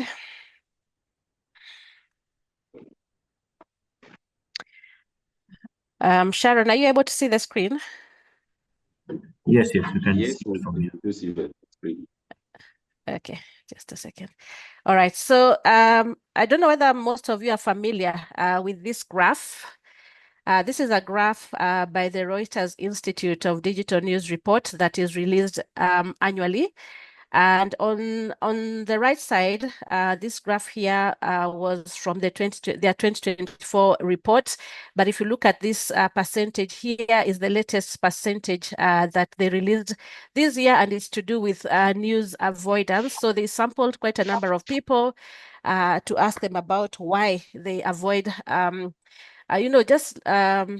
why they avoid watching, listening, or, following news. And 39% of the people who were surveyed said they actually avoided news because they think it's too depressing and it's too negative. So 39%, that's sort of translates to about every 4 to 10 people who are sampled said they do not watch news. And this is quite worrying because the number has been increasing year by year. So we are worried that if this trend goes ahead, then more and more people will avoid news because they think it's too negative. And we've seen from our traditional reporting that we focus a lot on what's negative, what's not working, what is the problem. So are we really doing justice to our audience when we are reporting stories from that lens? We are not saying you should not report the problems, but we are saying, are we giving a true picture? Are we telling the whole story when we just report from only one approach? And these are the reasons they were giving for avoiding news. 43%, as I mentioned earlier, this survey on the right side was from 2022. They say it was immediately after COVID. So they said there was too much politics and COVID, so they did not want to watch news. 36% felt that it was too negative and it was affecting their mood. You can see here 29% saying they were worn out by the amount of news. And I'm sure even some of us as journalists, at times we get just tired of watching news because it's just too negative. You look at the running order from story 1 to the last story, it's mostly about bad news, bad news, bad news.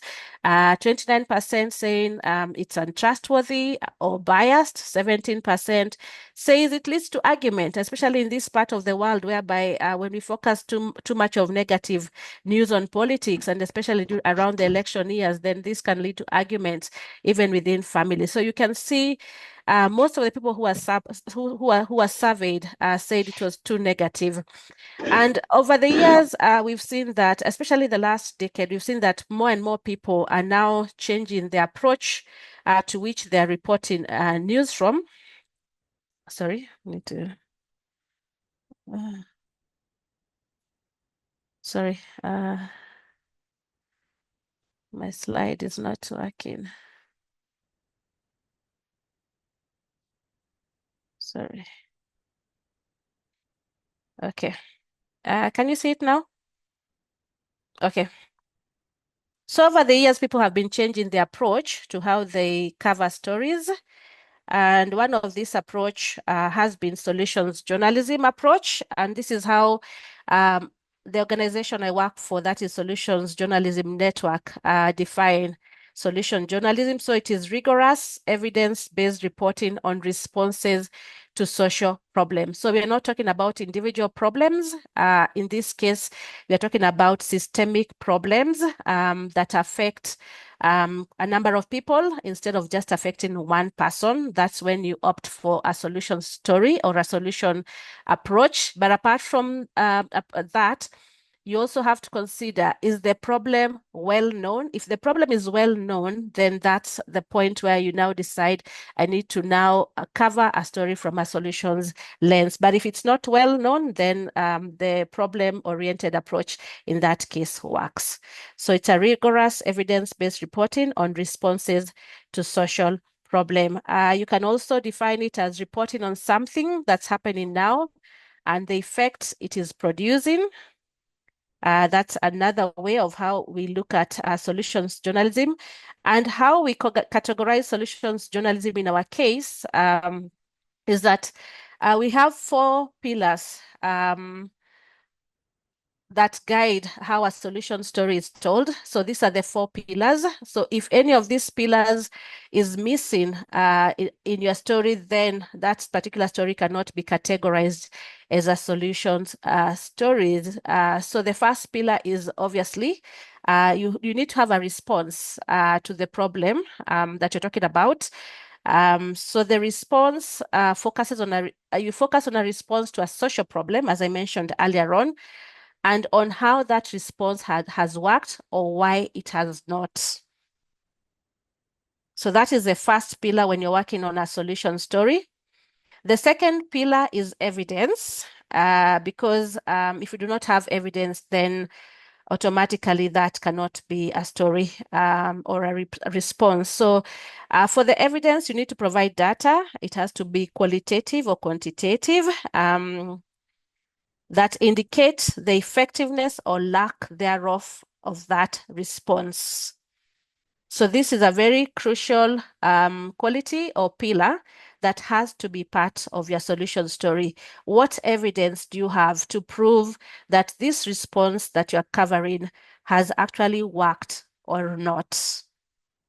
So that has to be there. So you have to provide data, interview people, get qualitative results to prove that there's evidence to what you're talking about. The third pillar is insights.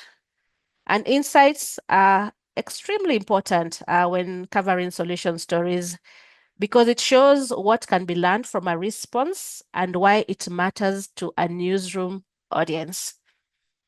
Actually, in our case, we call this transferable insight, because these are the lessons or the insights that other people can learn from and, use the same to come up with a similar response in a different part or region of, the world. So you have to ask the questions that will bring out insights to your particular story. And lastly, no solution is perfect. That's what we say.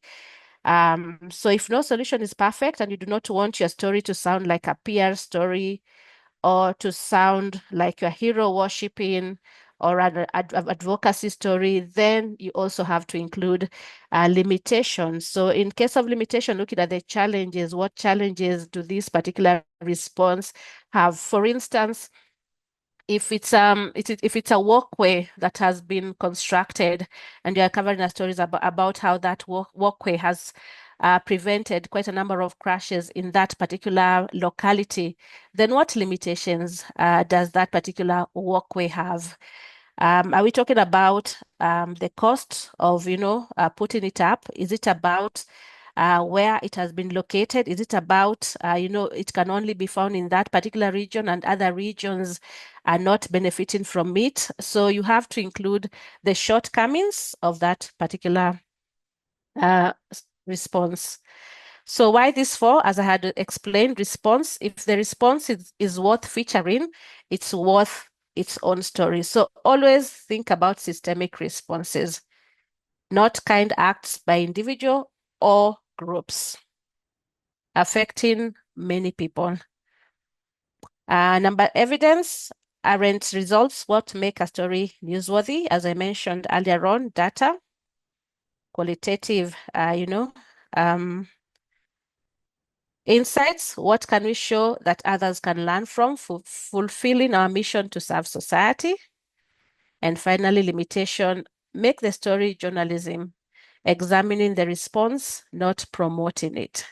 And I think this is where we get a lot of questions, especially when we are dealing with our editors. When we pitch a story, a solution-focused stories. And the first question they'll ask you is that we are not here to do PR story. So these are the points that you can use when pitching your story or selling your story to your editor to convince them that this is actually not a PR story. We are not promoting this particular story or this particular initiative that has responded to an issue, but we are actually doing proper journalism because we are examining the response by looking at the evidence, by looking at the insights, and also providing the limitations that this particular problem has. So just telling the whole story as it is. So apart from just talking about the problem, on one end, we are also looking at what people are actually doing to solve these kind of issues. So just to mention, so what solution journalism is not. As I mentioned earlier on, it's not activism or PR. So you can see the example that we've provided there of Kenya floods response. At the bottom there, you'll see support this campaign. So from the word go, you can tell this is a campaign. This is activism. They want people to react. They want people to support. So yes, it can fall under the category of campaign. It can fall under the category of activism and PR. But if you want to do a proper solutions journalism story, then you need to also provide the limitation of this particular response. You also need to provide evidence of how effective or lack of effectiveness it has been for it to be categorized as a solution story.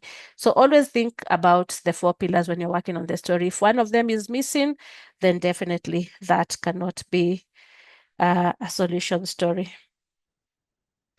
A solution story is also not a silver bullet. It's not an answer to everything or to, resolving that particular problem.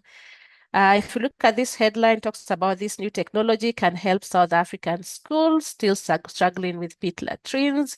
The assumption is this technology has come to, save the schools that are struggling with pit latrines, but it should not be that. If you read the story, they should have focused a bit more on evidence and also include limitation for it to be a solution story. If you cover it like this, then it's a story, but you cannot say it's a solution story. So that has to be clear. Well, if you're asked to do a solution stories and you want to do it well, then always factor in the bits that are missing in that particular story to make it a sojo story. Hero worship, it's very common. It's also an approach to how we cover stories. We're not saying it is wrong, but we're saying if your intention is to cover a solution-oriented story, then the main character should not be, we should not focus on the main character. So in this case, you can see the focus is mainly on the Ugandan engineer repurposing, batteries. But that shouldn't be the main focus when you're working on story. It should be you should look for an angle that does not focus on a person, but an angle that actually looks at, the whole response as a whole, but not the character can be part of the story, but not the main focus. I think that's what I want to say. So, and in this case, again, focus on evidence, focus on limitation and insights. And you can use the main character as part of your story, but not as the main story, because the focus will end up being on him, and that falls under hero worship. Then it should not be a theory or an idea. We have an example here of Nigeria health migration policy to address brain drain. So this is an idea. It has not been implemented yet. So what we are saying is that once it has been implemented, then you can always go back and check whether this idea has worked or not, whether it has been effective or not, then that now falls into a solution story. And finally, it should not be a fluff, whereby you're just reporting a story for the feel-good factor. It should be a story that actually looks at the systemic issues and how people have responded, or initiatives have responded to that. Oh, and there's one more. It should not be an afterthought. And I've seen this a lot when we're covering stories on solution journalism, where at the end of the story, we just add a line or two to fit in the limitations or the insights. That should not be the case. All the key qualities should be given equal, priority when looking at the content of that particular story. So it's not an afterthought after all. So just to wrap up what I've said, it's not solution journalism is not advocacy if we do not overclaim or try to predict the future. It's not if we show that there are other ways of handling the problem and this isn't the right way or the only way. So avoid having a silver bullet kind of approach. Not if we make the story about an idea and insights. So in this case, avoid hero worshipping rather than a particular organization, program, or policy. So in this case, avoid hero worshipping. And not if we include the limitations and unknown and promise to return when more is known. So if we factor in all these points, then the story will not be advocacy. And I think that's the biggest issue we usually have when trying to sell solution story, because for most people who've not done the training, they tend to believe that solutions journalism is advocacy. But if you have your points properly when pitching the story and include them and include all the pillars when pitching the story, then it's easy for any editor to approve it and for you to work on the story. So I'll stop there for now, Sharon, and happy to respond to any questions on solutions. This was just supposed to be a short refresher on what solution journalism is and the 4 key pillars when working on a solution story. Thank you for the presentation, Caroline. It was very well elaborated. I think everybody understood, but in case anyone has any questions, feel free to ask. Maybe you can ask Caroline how you can incorporate the pillars when doing road safety stories. She's free to explain whichever part you didn't understand. You can either just open the mic and speak up, or you can type your question on the chat. Hi, Caroline. Hello. Hi, Joyce. Yeah, go ahead. Yeah, thank you so much for the presentation. Kindly throw more light on the meaning of insights among the 4 pillars. I skipped that, sorry. Thank you. Insights, in this case, is the learnings that for instance, if you're going to interview somebody about, let's say, they've constructed like walkway to prevent, road crashes in a road. Just speaking to the road users on how this has actually helped them reduce their crashes. So, and how did that work? It's actually called how done it. It's the process by which the response has worked. So it can be, and it's mostly you mostly get it by talking to the key stakeholders of that particular story. So the road users, the people who constructed it, the people who maybe are benefiting from it. So whatever they'll tell you in regards to how they're using it, the process of constructing that particular weighbridge, those insights can be used. For instance, if let's say another region in Uganda want to construct a similar, a similar walk lane, the insights can be used by that particular region. So these are transferable learnings that people get when implementing a response that has worked. I don't know whether I'm clear or I am making sense. So it's the Yes, you learning are. through the process of now responding to that particular problem. Thank you, Caroline. Thank you, Joyce. Yes, Zam.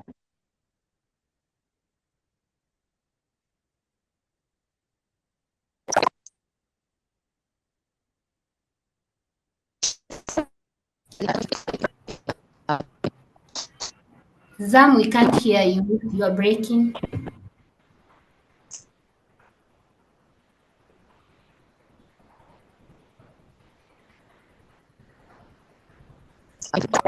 Zam, we can hardly hear you.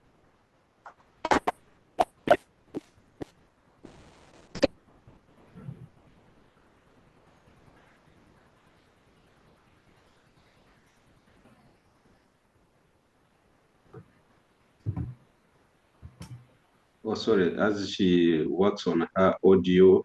Caroline, thank you so much for that presentation. I know there are a couple of editors on this platform also, and this is a very good conversation because sometimes when reporters try to pitch a sojourn, the other side rubbishes it, disappear without listening to the reporters' explanation. I think this is a very good conversation, which we intend to carry forward after here so that everybody gets to understand what sojourn is and how it actually works practically. Thank you so much for that. It's a huge concern, not just to the journalists, because for in every, and the South African team can tell you, in every workshop or training that we've conducted or attended, one of the issue that has always come up is that the editors usually do not like accept, such kind of stories, because one of the big issues that they do not understand what solution journalism is all about. So what we've done with Science Africa and other implementing partners is to look for a way whereby we can fill that gap. So we are hoping next year we are going to, because we've been training a number of journalists, like this particular webinar or this particular workshop, looking at road safety. But from next year, we'll be working more closely with editors, because if they are the gatekeepers and at the end of the day, they do not allow such stories to be covered, then we are not doing our work. So we are trying our best to make sure that in the next phase of the initiative, which is next year, we are going to have quite a number of trainings with editors to just empower them so that they're able to even assess the kind of pitches that they get that are on solutions journalism. So we're hoping with that will be able to now resolve the issue of editors not being aware of what solution journalism is all about. Oh, thank you so much. Zam has typed her question. She's saying, instead of writing 2 paragraphs at the end of the story as solutions, can one write a problem and a solution? You for a solution to be there, then there has to be a problem. And I've had so many people saying, can you actually have a solution story without first getting a problem? What we are saying is that if a problem is well known, then that's when you start thinking about, I'm sure there's somewhere, somehow somebody is working on a solution. That's when you start looking at the responses to that particular problem. And for as part of a story, then all the 4 pillars have to be there. So you can start with the problem, talk about how that particular someone or initiative has responded to that problem, look at the evidence that they have by speaking to those who have worked on that particular initiative, look at the evidence that they have, to just talk about whether it has been effective or not, and finally just talk about the limitations. So to answer her question, all the 4 pillars have to be there, and it should not just be a one line at the end to just say the limitation is this. It can't be that. Oh, thank you so much. Jane Kisa says, solution journalism stories attract the audience because they share new narratives and offer something new. That's what he says. He has been covering these issues for some time. And just to add to that, last year I showed you that survey by Reuters. Last year, after they looked at news avoidance, they added one more question in their survey to those who were being asked about news avoidance. And the question was, what would you do to tune back and watch news and watch, and most of them talked about positive news, and solutions journalism was number 2. But what was of importance is that they actually do not know all these titles like positive news, solutions journalism. For them, what they're keen on just watching or listening or reading is something or a story that is not too depressing. So you can see even from their survey, if you go back to the Reuters study survey of last year, they're talking about they want more of stories that are not depressing, and solutions journalism is one of them, because at the end of the day, it gives you hope, it gives you agency, it does not leave you powerless, it does not leave you hopeless, because if you just focus on problems at the end of the day, then the audience will be left powerless, because you've actually bombarded me with a lot of problems, but you're not telling me that there's a solution that can be found to resolve this particular issue. So that's why it's important to just tell the whole story and balance it so that we can get a true picture of what's happening. Oh, thank you so much. The floor is still open for questions, for comments, and clarifications. There's Serena. Serena, go ahead.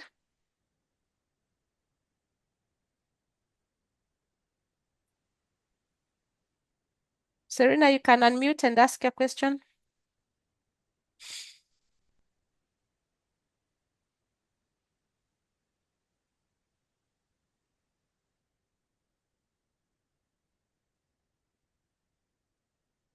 Yes, Serena?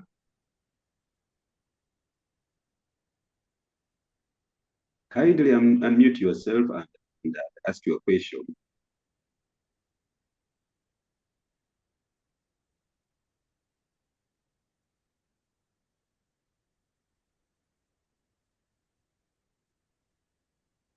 As we wait for Serena to ask her question, I just wanted to emphasize or to add that we're really excited and honored as Solutions Journalism Network to have partnered with WHO and working closely with Science Africa on this particular project, and to see that the approach that they chose for journalists to use, the ones who are given the grants, was solutions through a solutions lens. We have quite a lot of resources on our website, Solutions Journalism Network. We have a learning lab where you can, have real life training on solutions journalism. So do not feel stuck if you need to work on a solution story. Apart from that, we also have curated database of stories that have been picked across, globally, and there's also a collection of road safety stories as part of that database, where you can just also see how other journalists have covered road safety stories by just looking at the stories they've covered through the solutions lens. So feel free to go to the solution story tracker and check road safety collection. It's a collection of stories across the world, very interesting, that you can also learn from them. But apart from that, we are also available ourselves in South Africa to, to answer and respond to any query if you're stuck on working on a solution story. Oh, thank you so much for that. Colleagues, we are left with a couple of minutes to wind up this conversation. Serena, I can see you have unmuted yourself, so ask your question. Thank you so much. I hope I'm clear now. Yes, we're getting you clear. Yeah, this is not a question, but it's just a submission. I've been following from the road safety tips and the challenges. However, weekly we are covering quite a number of road crashes, from 300 a week. Police gives a report 300, and this is mainly due to unsafe overtaking.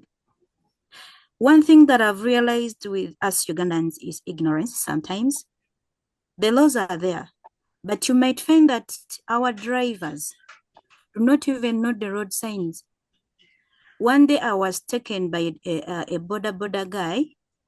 He was rushing to actually rush to pass by a bus when there was a zebra crossing, when I tried to ask, he said, "Ibionze sibimanyi." I'm sorry for other friends of ours.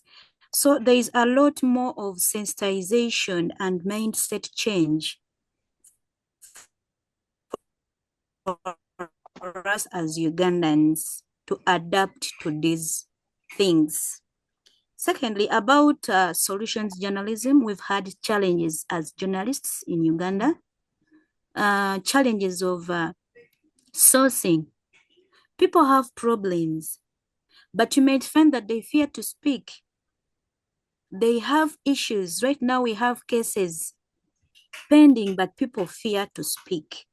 So Caroline, thank you so much for the concern you have put across. So I'm just asking, how have you hoped as journalists, mostly the digital enhancement has brought in citizen journalism. So how have you ensured citizen journalists come on board to report some of these stories? How are you empowering them? Because apart from journalists who are being monitored by editors, what about citizen journalists? How have you come on board to help them? This is a collective response to each and every one of us to speak about as journalists and to actually come on board to report about these stories. I know they are not so burning stories, politics, but these stories are so good in terms of safety. I am so glad I've been here. So my question to Caroline is about the citizen journalism. How have you helped some of the journalists who are struggling alone? Thank you so much. Thank you for your question, Serena. And I think you're spot on. Solution journalism are not the kind of first-class stories that journalists are used to. And in this case, when I say first class, is in quotes, because they're not the kind of story that people run to cover. But at the end of the day, they're the most impactful. If you look at, if you have time to just assess the impact of the stories and to just track the impact that the stories we have over a period of time, you'll find that solution journalism stories are very impactful. They reach a wide range of audiences. And apart from that, you find that they can also promote audience engagement, community engagement. And I think in that case, then it's a way of sensitizing the citizens that they can also spotlight some of these initiatives, some of these responses that are happening within their communities. So it's not just a matter of highlighting the problems or the wrongs that are happening in the society, but if we do more of such stories, they will be aware that it's also their responsibility to talk about this particular initiative that has come to our community and that has supported and helped quite a number of people. So we do not, as solutions journalism network, we do not deal directly with citizen journalists, but I believe if we are able to highlight stories and cover stories through that lens, then even them, they'll be in a position to know that they can also highlight and spotlight such stories when they're doing their own citizen reporting on the ground. And that will be helpful. Oh, thank you so much, Caroline, for throwing more lights on that. We are left with very few minutes now. We would like to wind down this conversation, but if there are one or two questions, we still have room for that. Sharon?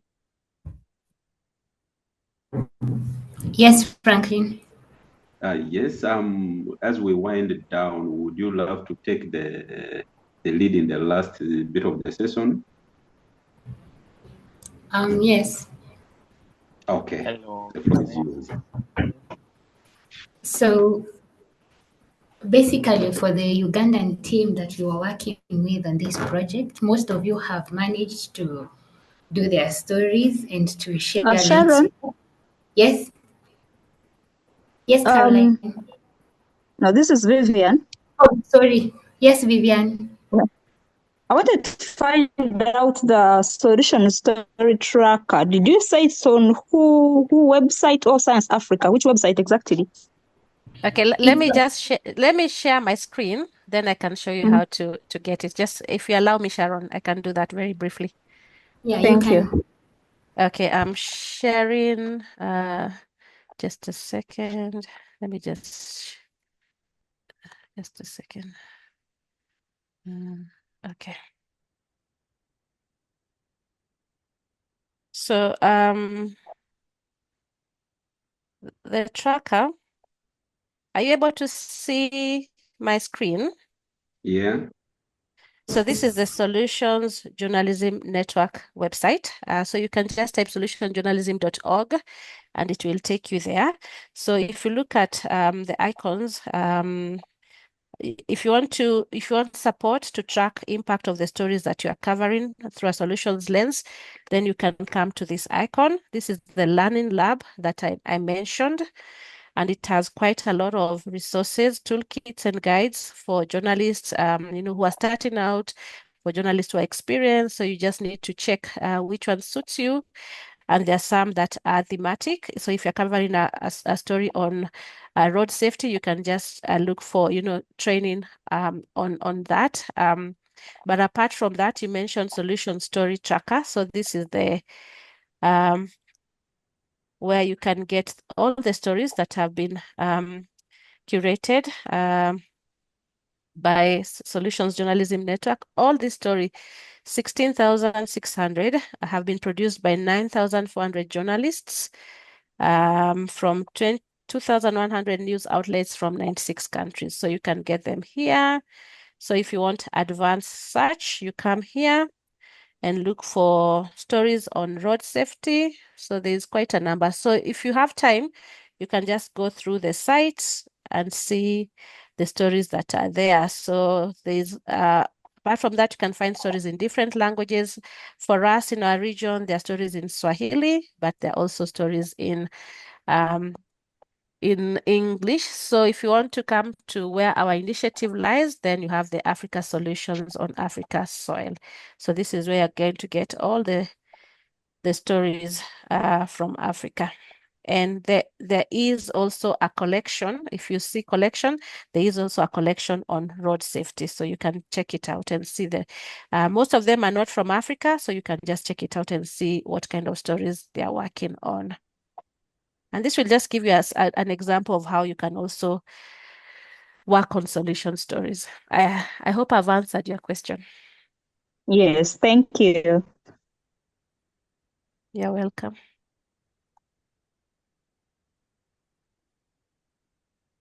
I can see someone is asking for the slides. We will share all the slides that have been presented to you at the end of the session. Before the end of the day, we will share the recording and the slides that were presented. Hello, can I say something? Yes, Lawrence, you can say something. Yeah, thank you all. I hope everyone can hear me. Yes, we can hear you. I can hear you. Yeah, I'm Lawrence from UBC Radio. I've been also working on road safety stories here in Uganda. And if you look at the landscape,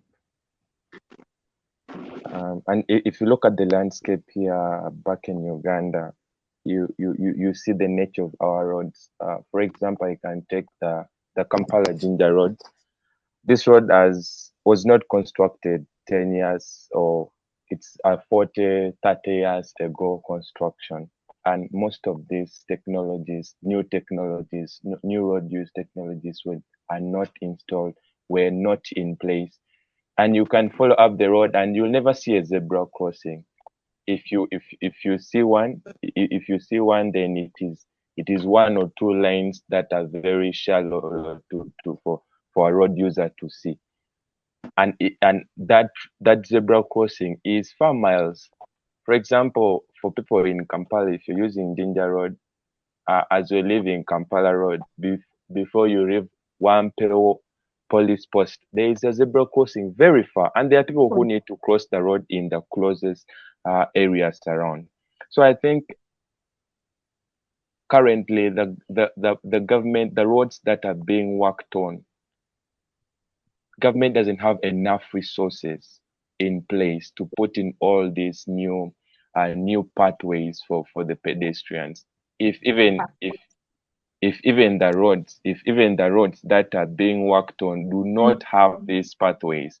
So I think it's still a long way to go, even though there are policies in place. There is more need for these policymakers, for the government to know that, you know what, we are losing a lot. We are losing resourceful people. We are losing resources. Even themselves, very many roads are being broken every night and day. And the burden runs back to the administration, runs back to finance. So I think it's an overall kind of response that is needed from all stakeholders, both the road users, government, the policymakers, even the policemen. I think last week I was using a road and I met a traffic officer. These motorists were using the pavement for the pedestrian. I asked her, why are you watching these people using here? And she was telling me, now what do you want me to do? So sometimes I really don't know. I question their knowledge of the road using the laws governing traffic on the road. So it was important if we had here someone from police, maybe a spokesperson, a traffic spokesperson, would come and give us more light, or someone for a policy maker in that regard. They would also give us their point of view so that we can maneuver around how we can do better the stories that we are going to be working on in the near future. Thank you very much.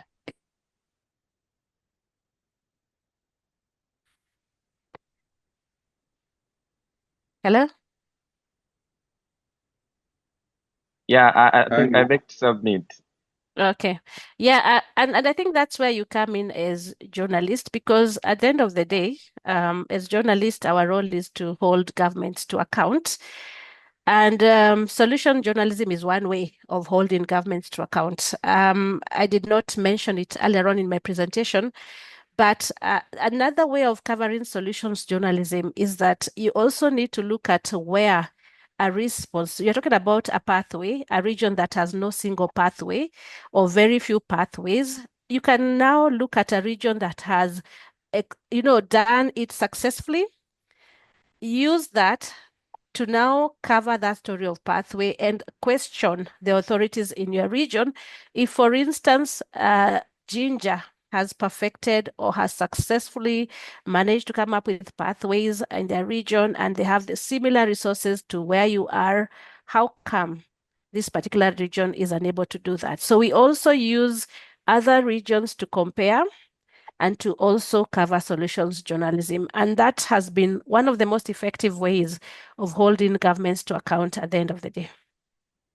Because then you do not leave them with any excuse. Because if they say, there's nothing I can do, you can always say, how about this particular region that has similar resources, and has done exactly that to deal with this particular problem. So then that leaves them, they do not have like an excuse at the end of the day, and you hold them to account. I can see Swahibu has a question. You can go ahead, Swahibu, as we wrap up. Thank you very much, Madam Caroline and the team, for this beautiful engagement. It's my first time to attend this webinar about road safety with you guys, but it's really so rich that when we put it into action, we shall be in position to create an impact in our society as far as a problem solving, because many of us, we have been doing more of reporting the incidences, the cause, and so on, but we don't come up to give the public the solutions on how to avoid kind of road accidents and so on. But I believe the roadies, we shall be in position to give it to our best. Then another thing which I also try to talk about is that we have a challenge. Me, I'm based in Mbale City here in Eastern Uganda, and I work with the IUIU Radio.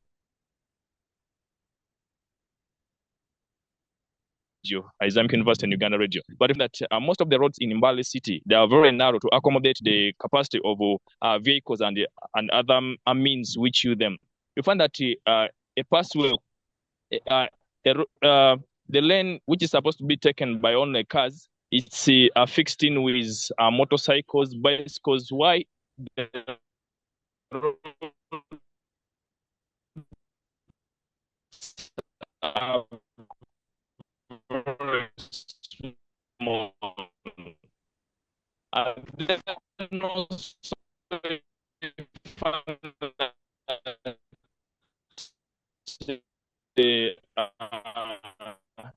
Most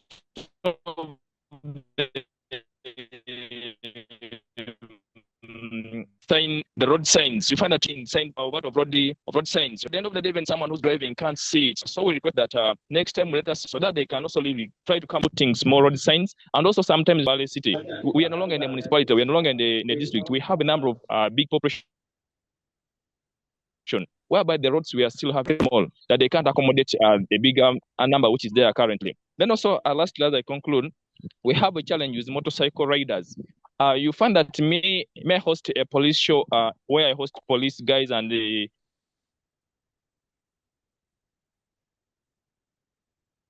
traffic guys and so on. The motorcycles, but why?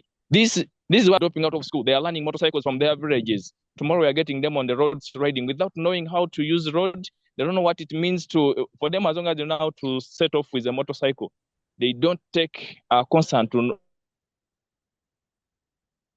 understand what road signs is. How do I drive here? When I reach in such a place, which speed should I use? Why should I have? Why do I need to have an element? Why do I need to have a reflector? They have no knowledge about that, because for them it's all about knowing how to drive. Then they sell plots of land. Tomorrow we are seeing them on the roadside. Then the accident. Then lastly, we are seeing that we are in the generation whereby we have charitable guys, charitable boys that are getting money from Arab guys and the Asians. But I know that these boys, instead of concentrating the charitable work they are doing, they're buying cars without even learning how to drive.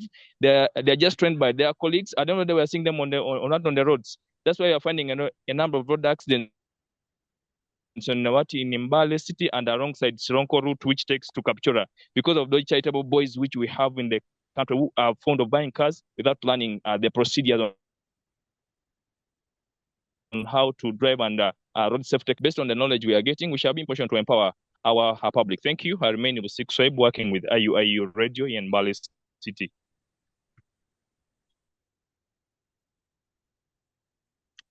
Oh, thank you, Busiku, for your comments, and we really appreciate it so much. Colleagues, we are already into the injury time. The people who understand football will know what it means by injury time. We at a certain time have to wind up and sadly end this conversation. It's so interesting. I can see the interest from all the journalists and the other people who have joined the platform.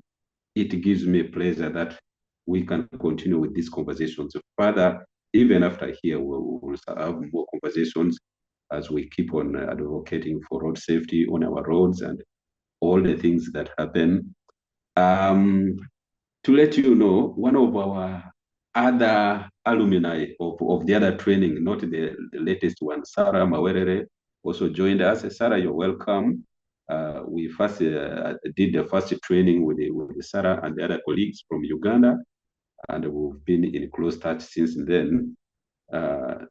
She's with us, and other colleagues with whom we had the last training just a month ago. So colleagues, you're most welcome. Sharon, there you are.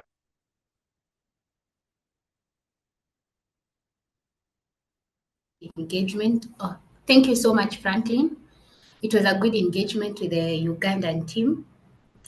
We've had all your comments, and we appreciate all of them. So I would like to just say that in case you have any questions or any issues with regards to any of the things that we've learned today, feel free to reach out to Science Africa or to the websites that have been shared. There is the Solutions Journalism Network to help you in your way to solutions journalism reporting. You can reach out also to Matt. He has shared his email on the WhatsApp, on the chat. What I can say as a wrap up is there are so many challenges that are facing us on the that we are facing as Africans on the roads. There are so many issues that need to be uncovered. There is the issue of border borders. There is the issue of reckless driving. There are so many issues that if we start discussing, probably we won't be able to finish. But it's up to us as journalists to not only cover these issues, but also to educate. Swaibu just mentioned that there is lack of awareness in some areas. So as journalists, we can look at that as an opportunity to report on those areas where we feel that maybe the citizens are not acquainted with, or the road users are not aware of. So you can use your stories to either inform, to educate, or to just even give solutions, because solutions might be working in other places. Challenges are usually similar across the board. You don't have to just look at Uganda. You can look at solutions that are being implemented in Kenya. And maybe you can just say, what can Uganda learn from Kenya with regards to this problem? And that can help enrich your reporting, and also it can help educate someone, or it can help even the policy makers to be aware, because at the end of the day, issues of infrastructure are usually issues to do with the government, so that they can, for example, if somebody has mentioned about people not using the zebra crossing, maybe you can do an investigative story to find out why are people not using the zebra crossing. You can interview even road engineers to know why are they putting why are they marking specific places on the road as zebra crossing places. Why have they designated these places to be the place where people should use as zebra crossing and not others, so that maybe they can explain to you maybe the logistics that goes into them saying this specific place is where people are allowed to cross and not this other specific place. Most of the time we do stories and we forget that there are road engineers, we forget there are road safety ambassadors that we also need to ask. Most of the time we do stories on road safety and we just focus on the police officers and maybe the authority in charge of roads, but we forget there are all these other players. There are more players to the road safety question than the witnesses, than the survivors, than the victims, than even the police officers and the authority that is in charge of roads. So just the way Matt said, let us use our systems approach when doing our road safety stories. Look at an accident from the point of, were the roads okay? Were the roads well done when this driver was using the roads? There are footbridges, but the pedestrians are not using the footbridges, leading to a number of them being killed. Why are they not using the footbridges? What could be the problem with the footbridges? Is it that the footbridges are too far, so people opt to just cross the road randomly? So these are questions that you can raise as a journalist. You can just package your story well. You can incorporate that systems approach. The systems approach can help you to do your stories differently. Then you can look at the issue of solutions journalism. Because when government comes up with these things, they think it is a solution to a certain problem. For example, when they put zebra crossing, they they they know, they're aware that this road is used by drivers and motorcyclists, but there are also pedestrians using these roads. So what goes behind, what are they thinking of when they put zebra crossings at a specific place and not at a specific place? So you can highlight all these issues. You can look at it from a systems approach. Maybe today you look at the infrastructure. How is the infrastructure in maybe a road in Bali? Swaibu has talked about Mbali City having all these issues. But you can do stories, like you can do a series of stories. You can plan yourself and see, like, maybe this month I will focus on this issue of road safety in Mbali City. focus on that issue, do in-depth stories based on that issue. I'm sure when you track your stories along at the end of the month or at the end of the year, you'll have seen there is maybe some improvement or there is some action being taken through the stories that we do. There is a story that was done in Ghana about tires, and Ghana has gone ahead of us, ahead of the East African region with regards to reporting on road safety. There is a lot of work that has gone into road safety in Ghana.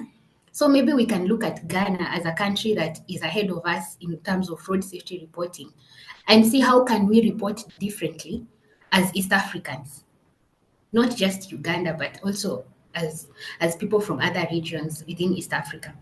So I will challenge you to look at the systems approach and try to implement it in your road safety reporting. And also you look at solutions journalism and try and implement it. Look at solutions that are not working. Yes, zebra crossings are there, but people are not using them. So it shows that it is not serving the purpose that it is meant to serve. Then ask yourself why. Go deeper.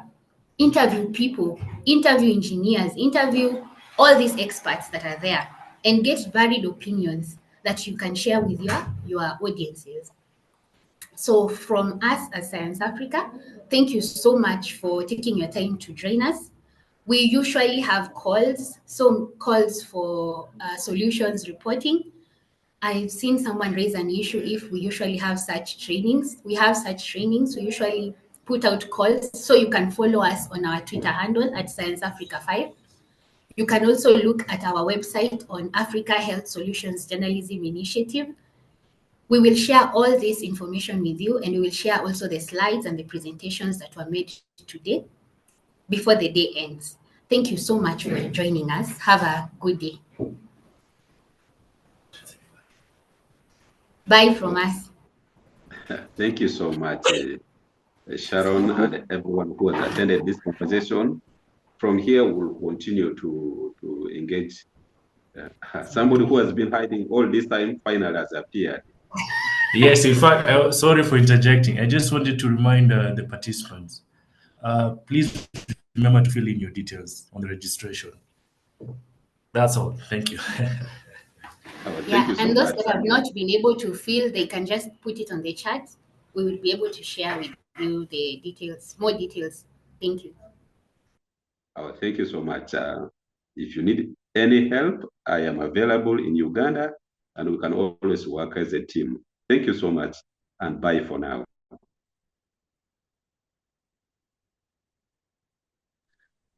Bye, Franklin, and bye, everyone.